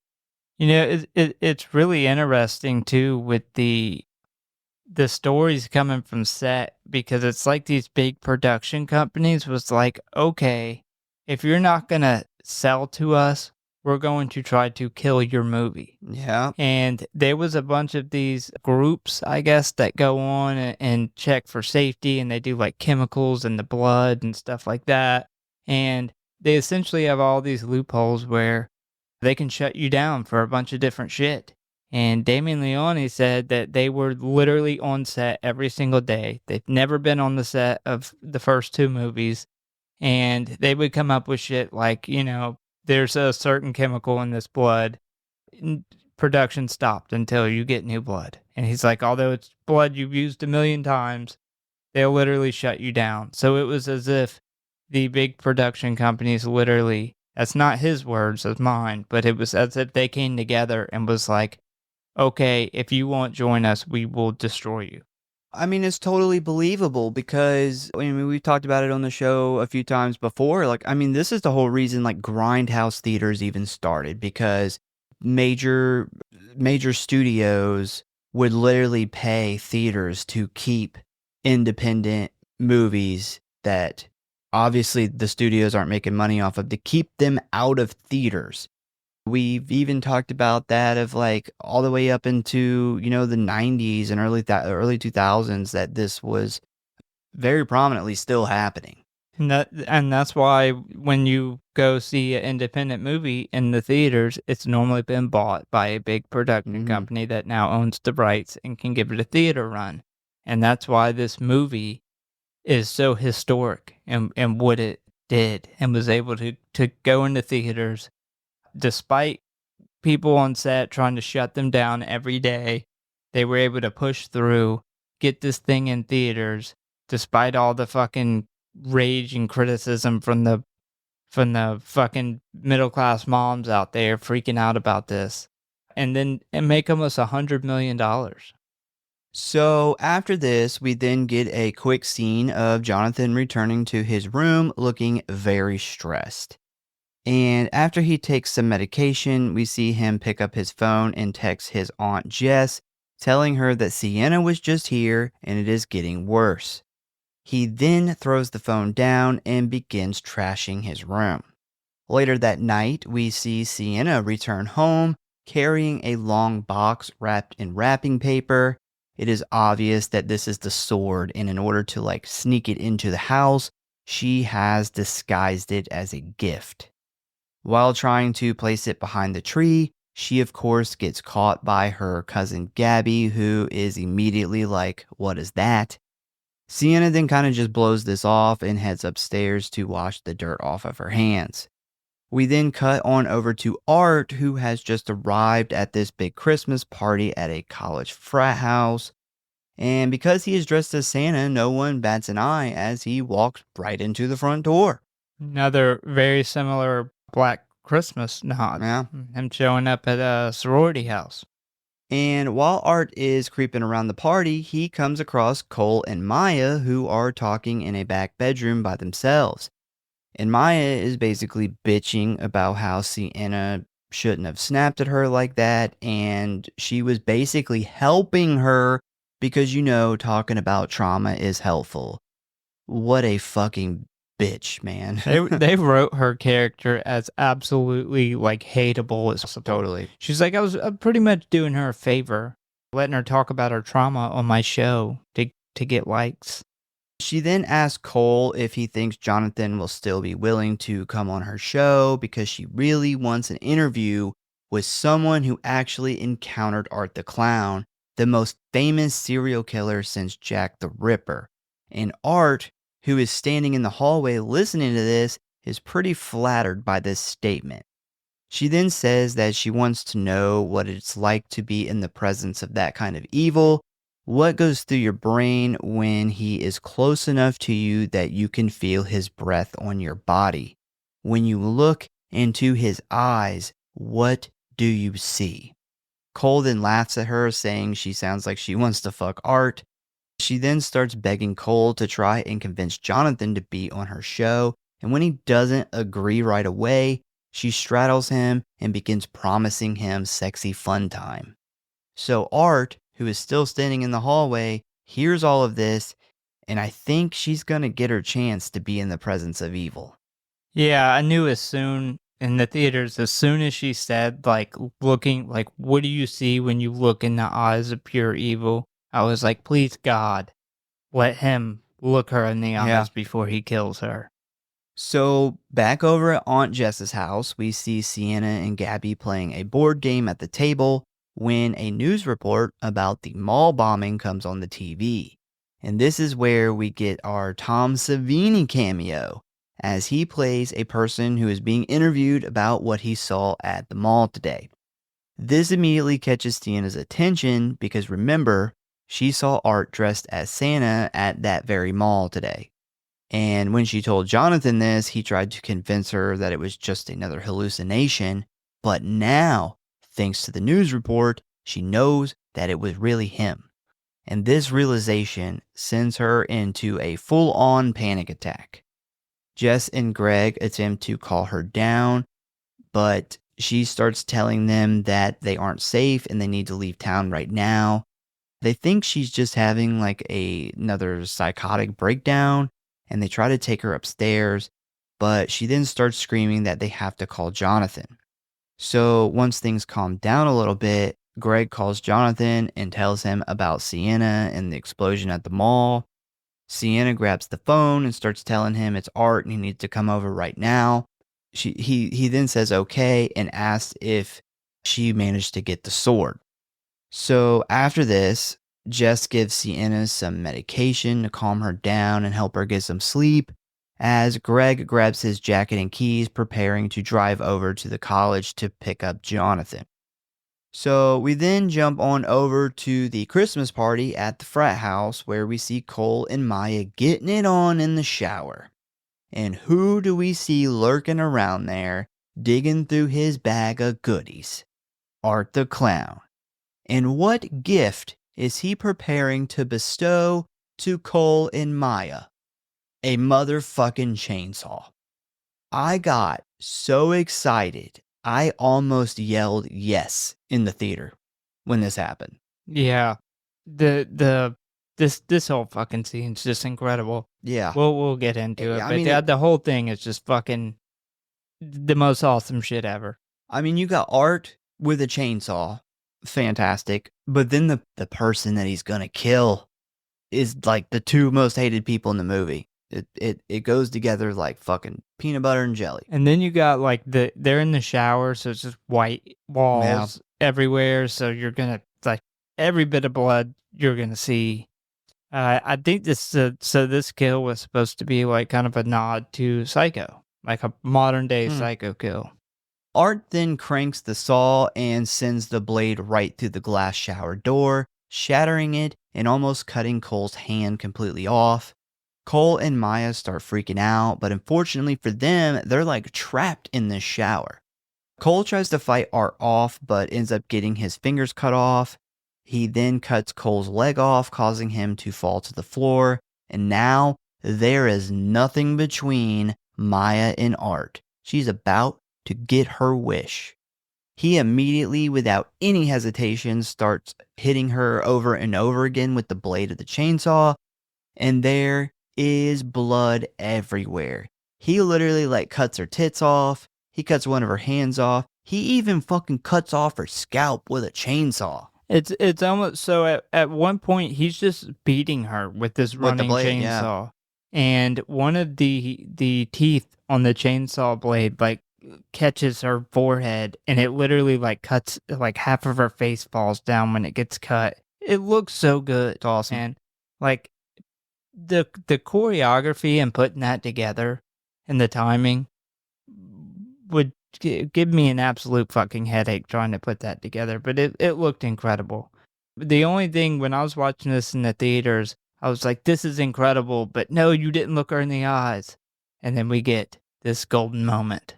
So Art then stops and leans down face to face with a unrecognizable Maya who is still alive. He turns her face to look at his and removes his Christmas tree glasses so she can look into the eyes of evil. He then puts the glasses on her face and brutally cuts her in half with the saw.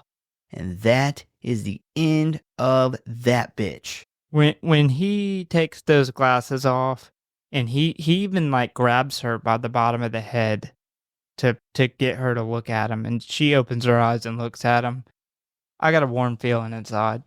It's like the smell of fresh cookies in the oven. Yes, it was by far my favorite moment of the movie. Was just that scene was just, I don't know. It was good. Art then walks out of the shower where a one-legged Cole is attempting to crawl away, but he's not going to get too far. Art then takes the chainsaw and begins cutting Cole from his asshole up his back a bit. He then flips him over and starts cutting him completely in two. And this is like a special effects dream come true. It is fucking amazing. This is the reverse of the original Terrifier kill, where he's using a handsaw, but we get to actually see every bit of this and the detail of like all the organs, his dick and balls. You literally see his dick and balls getting chainsawed up, and even they had the steam coming out of his body, like the heat of the inside of his body hitting the cooler air. It was incredible. The only bad part about this whole scene is there's so much awesome stuff happening, it's hard to stop and take it in. Yeah. Like, it's as soon as he kills her, he goes straight into cutting him up with the chainsaw. And I'm like, hold on, I need some time to take all this in. Do it slower. You gotta keep rewinding and like watching it a few times. Just kill him slower. And then to top it off, we get my favorite part of the trailer. What got me the most stoked to see this was when he makes that snow angel in the blood, and it's just the icing on the cake. So after he is done, he then walks over to this huge puddle of blood on the bathroom floor and begins making snow angels, or I mean, I guess they would actually be like blood angels, technically. So after this, we head on over to Sienna, where we see that she is in bed sleeping when she begins to have a dream. And at first, we see her having like a flashback of when her father drew the girl warrior character that she dressed as in the last movie. Then we get some flashbacks of her fighting Art at the Terrifier Funhouse. She then sees, in my opinion, one of the coolest shots of the movie, and probably the thing that like made me so excited actually for the next movie. There is like this Mother Mary statue that is holding a chain. And this chain is attached to this demon looking thing with a metal helmet on, who is crafting this armor similar to Sienna's. The demon then senses Sienna watching him. He then turns and snarls at her very viciously. The statue then comes to life and yanks the chain, forcing this demon to get back to work. Yeah. Awesome. Everything about that scene was super creepy. And intriguing. I love that they showed like how the sword was, where it came from. This is clearly like an angel with an enslaved demon he's making this demon hammer out this sword. The demon is clearly like 100% looks like an orc pulled out of Lord of the Rings. Yeah, very much so. And even the angel is super creepy because it's like one of those figurines that old ladies have of like angels, but then it comes alive. And it's just the way they shot that, man. It was so fucking cool. I definitely think this is a huge preview into the fourth movie. Yeah. And a lot of touching on the ninth circle side of things. Sienna then suddenly wakes up where she finds that it is now 2 a.m. She then starts to hear Jess and Greg arguing about Sienna being a danger to their family. So she then quietly sneaks downstairs where Jess and Greg are. But as she gets closer, it becomes obvious that this isn't the real Jess and Greg. And as she turns the corner into the kitchen, she finds Victoria, who is now wearing her own handmade Art the Clown outfit with a crown of thorns on top of her head. Sienna then starts to hear banging, and when she looks over into the dining room, she sees Art nailing Greg's naked, decapitated, and hollowed out body to the wall in a crucifix position. She tries to run upstairs, but Art grabs her, where they then begin fighting. But unfortunately, Art definitely has the upper hand here because he is kicking Sienna's ass all over this place. After slamming her into a table, he then stands over her, hitting her in the head with a mallet, knocking her out. She then wakes up later on, tied to a chair with her mouth taped up. As she lifts her head, she sees her Aunt Jess across from her, also tied to a chair. And there's also this thing sitting on a table in between them that is wrapped in bloody newspaper. We also see that Art has decorated the tree with Greg's intestines and used his head as the star on top, which, you know, that is the shit I want to see when I watch a fucking Christmas horror movie. Like, that's the kind of shit I'm looking for.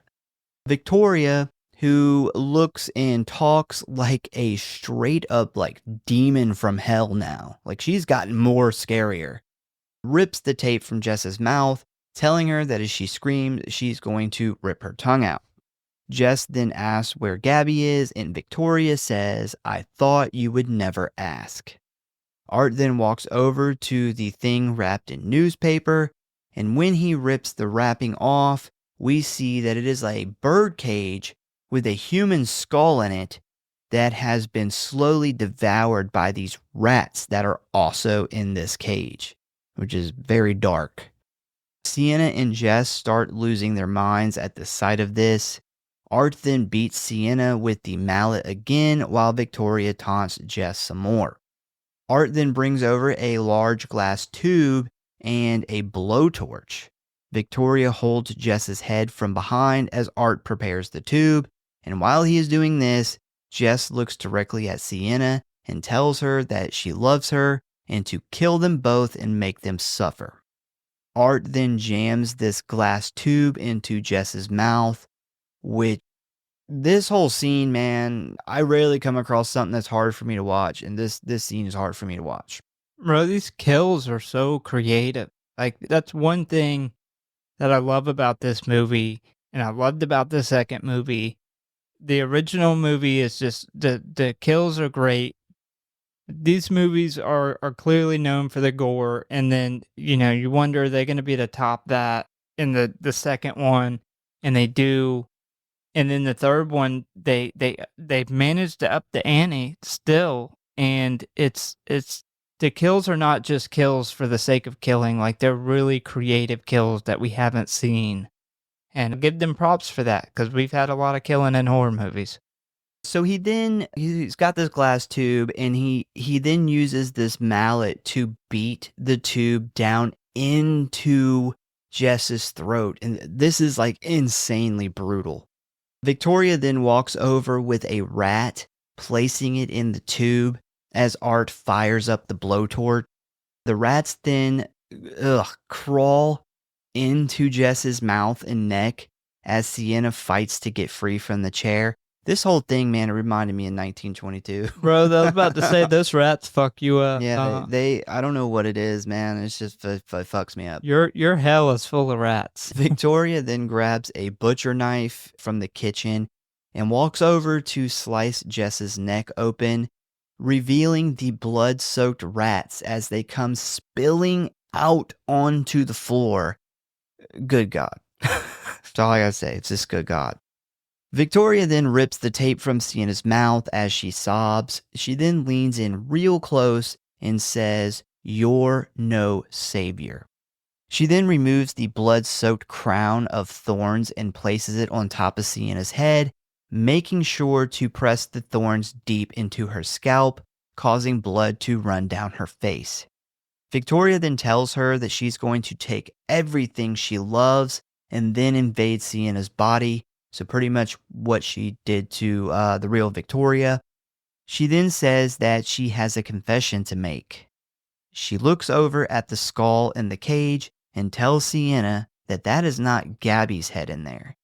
And before she can tell her who it really is, Art removes the head, places it on the mantle, and places Jonathan's glasses on it, revealing that they killed Sienna's brother.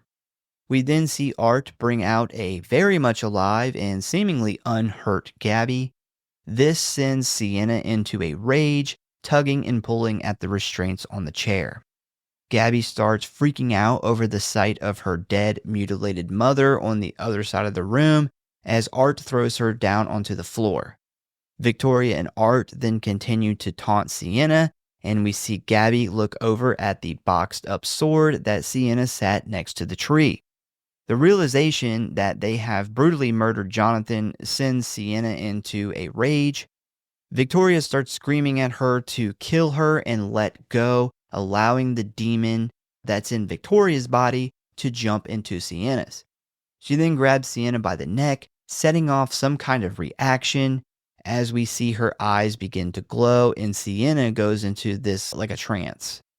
Sienna's eyes then begin to glow red like Victoria's, telling us that she's slowly taking over her body, but Sienna is able to fight this transformation off as her eyes quickly turn back to normal and Victoria lets go. Once Victoria realizes that only Sienna's love for Gabby is what is giving her the power to fight her off, she has Art grab Gabby and place the knife at her neck, planning to kill her right in front of Sienna. After some quick thinking by Gabby, she shouts out that she is sorry she didn't get a chance to see Sienna open her present from her. This catches Victoria's attention and she actually allows Sienna to open the gift before they kill her. Only after they mutilate her fucking hands. Yeah, so before Art cuts her free from the chair, he smashes the shit out of her hands with this mallet. I guess so she won't be able to fight back when she's free. After that, he then cuts the tape, allowing Sienna to open the box. After a bit of struggling, Sienna finally gets the paper off, and when she lifts the lid, she sticks her hand in, looks over at Gabby, and says, "Best gift ever." And then she immediately pulls the sword from the box and slices the fuck out of Art's throat.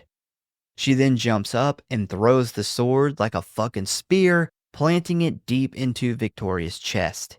Art falls to the ground holding his bloody neck wound as Victoria drops to her knees.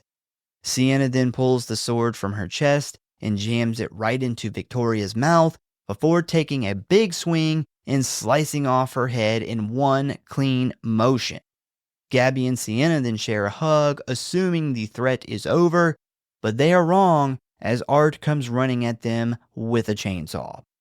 Sienna then uses the blade of the sword to block Art's saw, and they then stand there blade to blade with sparks flying everywhere, staring each other down, which is actually a really cool shot. Yeah, this whole fight, it's intense as fuck. This fight, honestly, is a lot better than the fight in Terrifier 2. Yeah. This is a fucking badass fight. Well, Sienna is, obviously she's been fucked up, but she's the savior. Like she says it.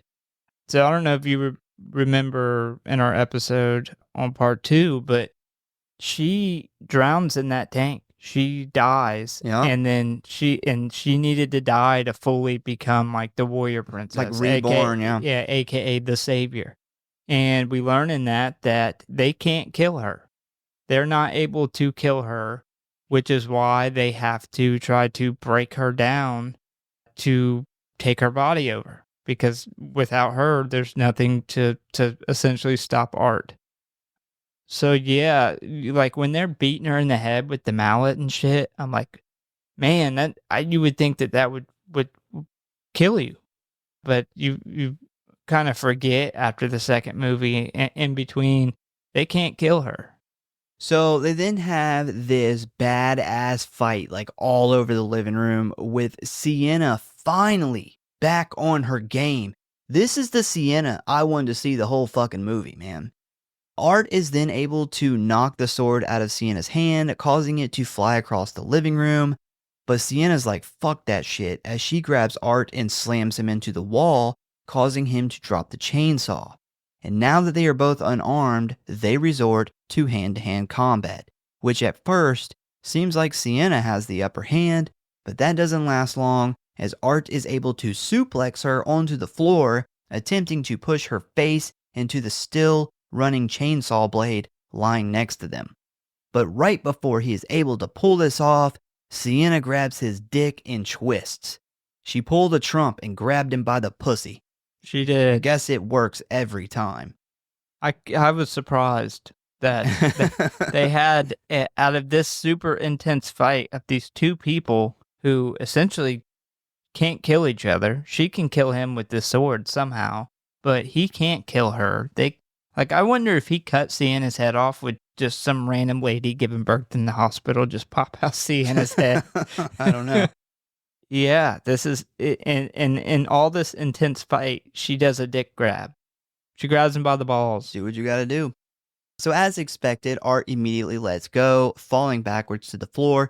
And while this is going on, we start to notice that the blood from Victoria's now dead body is starting to smoke. Sienna jumps up and runs over to grab her sword, but right as she reaches for it, she pulls her hand back after Art almost gets her with the saw. The saw then dies and Art throws it to the side, grabbing Sienna by the throat and pushing her face into Greg's dead body that is still hanging on the wall. He then attempts to strangle her with a piece of intestines, but Sienna manages to chew through it. We then start to see Victoria's blood act like acid as it begins to melt the floor. Art then grabs one of his rusty hammers and he goes to finish Sienna off, but right before he hits her, she rams the sword into his stomach and slams him up against the wall. Art's eyes then turn a milky white as large amounts of blood begin pouring from his mouth. Once a section of the floor finally gives away, we see Gabby fall into this hole, which is now, I guess it's like a portal to hell. The ninth circle. Yeah. Gabby does manage to grab a piece of the floor with one hand, hold on as she screams for Sienna's help. Sienna then turns and realizes she's left with a very difficult choice.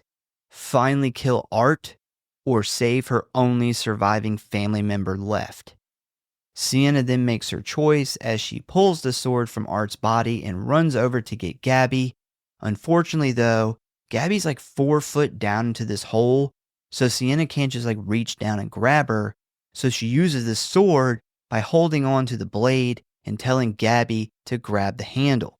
So Gabby grabs it, but Sienna just can't hold on to the blade as it slowly slides through her bloody hands, eventually causing Gabby to fall into this glowing red hole, and she's still got the sword. So the portal then closes after a bunch of like red lights flash, and when an exhausted Sienna looks up, she sees a window open and Art nowhere to be found. She then collapses to her knees and removes the crown of thorns as we begin to hear her theme music play. She then looks down at the huge cuts in her palms as they magically begin to heal themselves.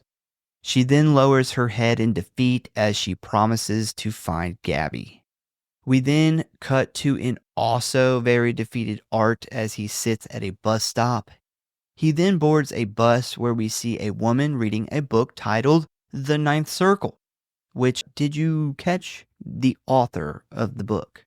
I did. Rosemary, the last name being Castevet. Yeah, so it's an obvious reference to Rosemary's Baby. Yep.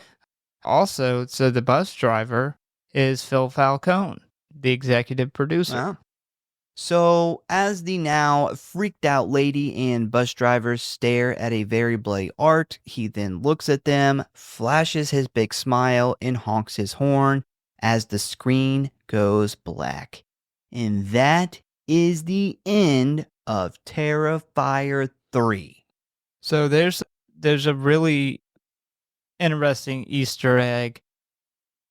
When Gabby hands Sienna the card, when she first gets back, there's a rocket ship on it. So that rocket ship, there's a movie called The Gate.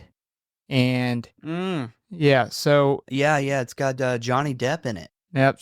So before the kid's sister falls into this portal to hell, or right after she falls into it, he gets this note that she had wrote to her brother, talking about how great of a brother he is, and it's got this very rocket ship on it. That's cool. Right before she falls in, or Gabby ends up falling into this portal to the Ninth Circle, aka Hell. Yeah, that makes sense because the gate is, if I remember correctly, it's like a portal. It's like the gate to hell. Mm-hmm. Yeah, that's cool. All right, so the rat tube scene, which really fucks me up. I actually found this interesting. The rat tube scene truly made Art the Clown actor David Howard Thornton nauseous, and he had to actually prevent himself from throwing up while filming it. Well, that's saying something. As much shit me. as he's done. Wasn't just me. So the letter that Sienna saved from Jonathan, this is exactly what the whole entire letter says. It says, Sienna, we have to destroy the little girl before it is too late. Destroy her because she's inhuman. She's a demon. Sometimes demons try to break into our world, only they can't do it alone. They have to choose a vessel, someone recently deceased who functions as a bridge between worlds, but not just anyone, someone sinister, depraved, the worst kind of evil, like a serial killer. If a demon enters this world in the flesh, a counterpart must be appointed to stop it from becoming too powerful. It's you, Sienna. As long as you're alive, they're vulnerable, and they know it. Jonathan. Yep, and that answers a lot of the questions or a lot of the stuff we had theories on in part 2. You know, who the pale girl was. Yeah. We find out in this movie who Sienna's dad was, but we don't ever quite find out. We still have questions of why him, like why he was chosen, or if there's even a reason. Why the sword is special. Big ones, the Ninth Circle references I talked about in our part 2 episode. We didn't know if it was just Easter eggs or if it actually tied into the story. And now we know that the Ninth Circle is a big part of this story. Sienna can't be killed. We now know for sure, like with her hands healing up. It's interesting because going into the next movie now, she doesn't have her sword. So for the time being, she can't kill Art and Art can't kill her. Also, too, if Sienna was the suspect in the last time this happened, I feel like the next movie's going to go in, she's going to have to be laying on the DL because I feel like the cops are going to be looking for her. I think she's going to take off. Oh, yeah, she's going to run. Yeah, she's going to... He has to. She's going to take off, and it's going to be like a phantasm going across the country searching for this shit or something. It's really interesting, and one thing I love that they did with this movie is they answered these questions, and it's really at its core the most basic story of good and evil. The savior versus the devil. But it's such a complicated story outside of that. There's so many things that we get answers to, but at the same time, there's still questions where I have no idea what part 4 looks like. Like, after seeing 3 movies, we have no idea what that's going to look like. Like, is part of this movie going to take place in hell, in the ninth circle? I do have a theory. So Sienna was the equal to Art. Like, when Art was created, when they used his body, this evil used his body, Sienna was created as his equal. Well, she's his counterpart. Yeah. But she like, they can't kill her. She can't kill them. That's why she's got to have this special sword. It's the only way to actually kill them. She can literally die and come back to life. Like, she has the powers that Art has. I think she's gonna have to die to finally kill Art. I think she's gonna have to figure out how to, like we've seen in the Ninth Circle, how to get into hell. Well, yeah, that's gonna be step Gabby. 1. Yeah, to get Gabby and get the sword. Yeah. Without the sword, obviously she's gonna get there at some point because she's got to get the sword. But I think all in all, part 4 is gonna end with her having to be the sacrifice. Yeah, maybe. And she's the savior. She's going to be the sacrifice. So, in an interview with the New York Post, Christian Tinsley and Jason Baker, the lead makeup artists on the film, said that they used several 55-gallon drums of blood on the film, with 20 gallons being used just for the infamous shower scene. The shower scene was actually the final sequence filmed, and the production ran out of blood while shooting and had to go to local stores for supplies to make more blood. A lot of blood. Lots of blood. All right, so ratings and kill count. We have a total of 23 kills. We have Timmy Thomas, who is dismembered by an axe. Mark Thomas, who is butchered by an axe. Jennifer Thomas, who got hit in the head with an axe. Officer Evans had his head cut off by Art. Clown Cafe nurse had her face eaten by Art. Chris Jericho's face was ripped apart by Victoria in Art's body. Unnamed Art the Clown cosplayer, we don't know how he dies. Victoria Hayes, who cut her own wrists and bled out. Maurice Jackson was stabbed in the neck with glass. Dennis had his face and scalp ripped off by Art. Clint Howard was shot in the head. The bartender was shot in the neck. Fake Santa number 1 was frozen with liquid nitrogen and beat with a hammer. Corey, who was a little boy opening up the bomb, died from the bomb. Fake Santa number 2 died from the bomb. We have at least 3 unnamed kids who were blown up by the bomb. Maya, who was killed with a chainsaw. Cole, who was killed with a chainsaw. Greg had his head cut off and disemboweled. Jonathan was decapitated.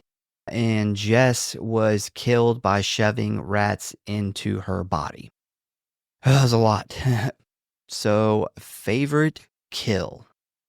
Oh man, that's a tough one. So for me, Maya was definitely the scene where he looks her in the fucking eyes was like one of the highlights of the movie for me. That's got to be my favorite kill. And I think that just leads back to how much I fucking hated her, but also the brutality of it. Like, all his kills are brutal, but not only does he like start out by cutting her with this chainsaw, but it leads to he just beats her with this chainsaw. Like, it's barely cutting her at this point. It's just fucking brutally beating her. And then putting the glasses on her and finishing her off. Great. Man, a second. would this second was really hard. I'm gonna go with Cole because that is just a special effects masterpiece. Like, it's absolutely amazing. Third would be Santa. It was hard between Cole and Santa. It was really hard, but man, there's just so many good kills. I went with Maya because I hated her, and it was so satisfying. My number 2 is actually, there's a lot of good kills in this, but my number 2 is pretty easy, and I went with Jess because it is a kill that I had a hard time watching, man. It just fucks with me. But there are so many good kills. I mean, I could wake up tomorrow and have a different one.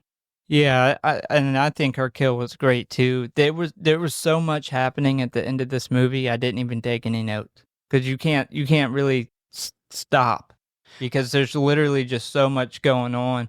I think you made the reference in the after show we did after we seen it. This is the Empire Strikes Back. Yeah. Like, it definitely is. That end of that movie, they are kicking her ass. Like, they are fucking her up. They've killed everybody. Like, the Jonathan head reveal, like, that was just as brutal as things could be. There's just a whole lot going on.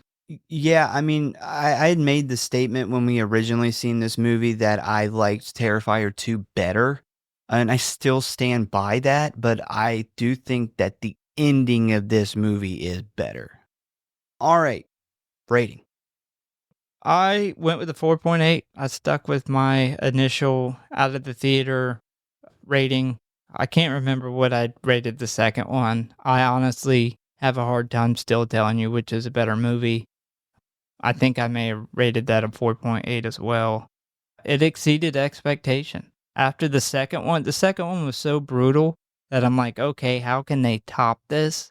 And the second one was him trying to top the first one. So it's like, and I know that was a big challenge with him. He's like, okay, what am I going to do? How am I going to top what I did?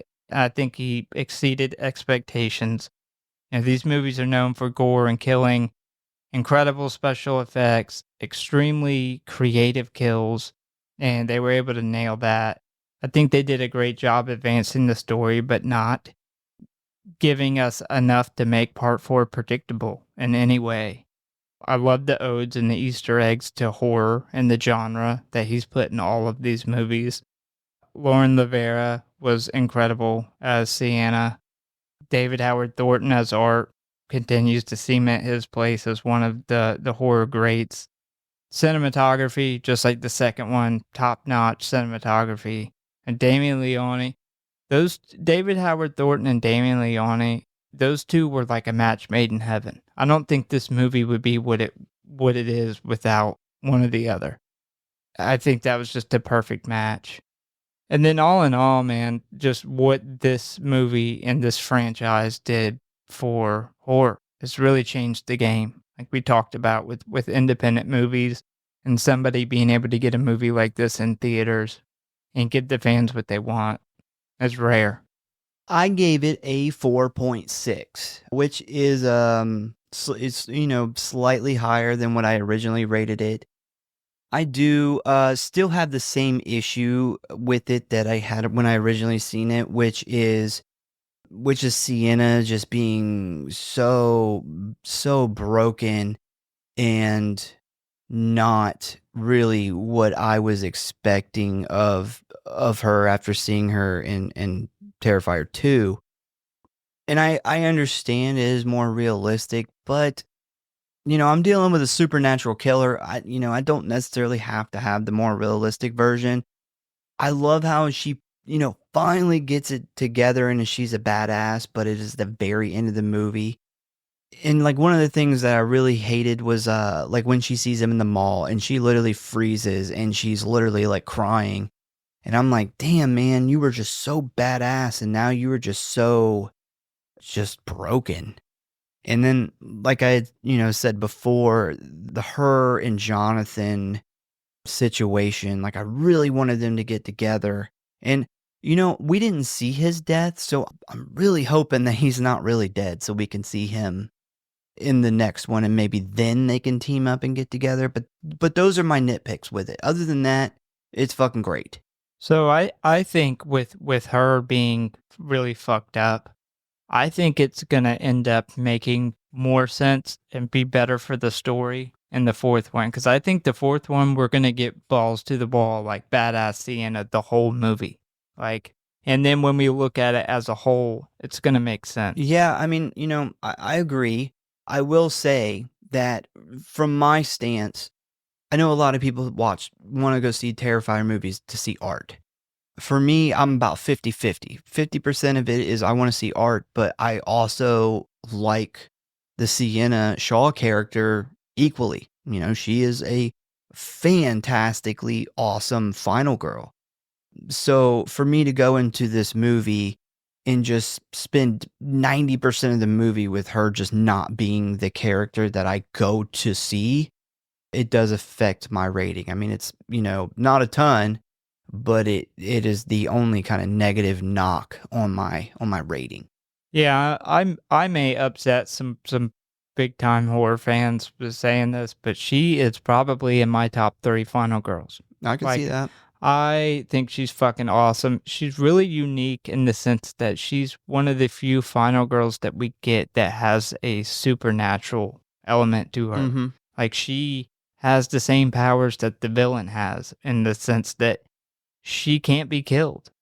So I think that's really interesting. But yeah, the Lauren Rivera plays her amazing. Well, that is going to be our take on Terrifier 3. Hit us up and tell us what you think. Once again, we thank you guys for listening. We hope you have an awesome Christmas and New Year's. We will be back in a couple of weeks. Don't forget about your chance to win this awesome 4K Blu-ray steelbook of Terrifier 3. That is a mouthful.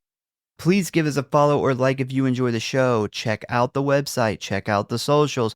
Tell a friend, a family member, or a demon trying to take over your body in order to enter the physical world about the show. We hope to see you next time. You got any last words? Just remember, even in death, a dick twist still hurts. You gotta grab him by the pussy.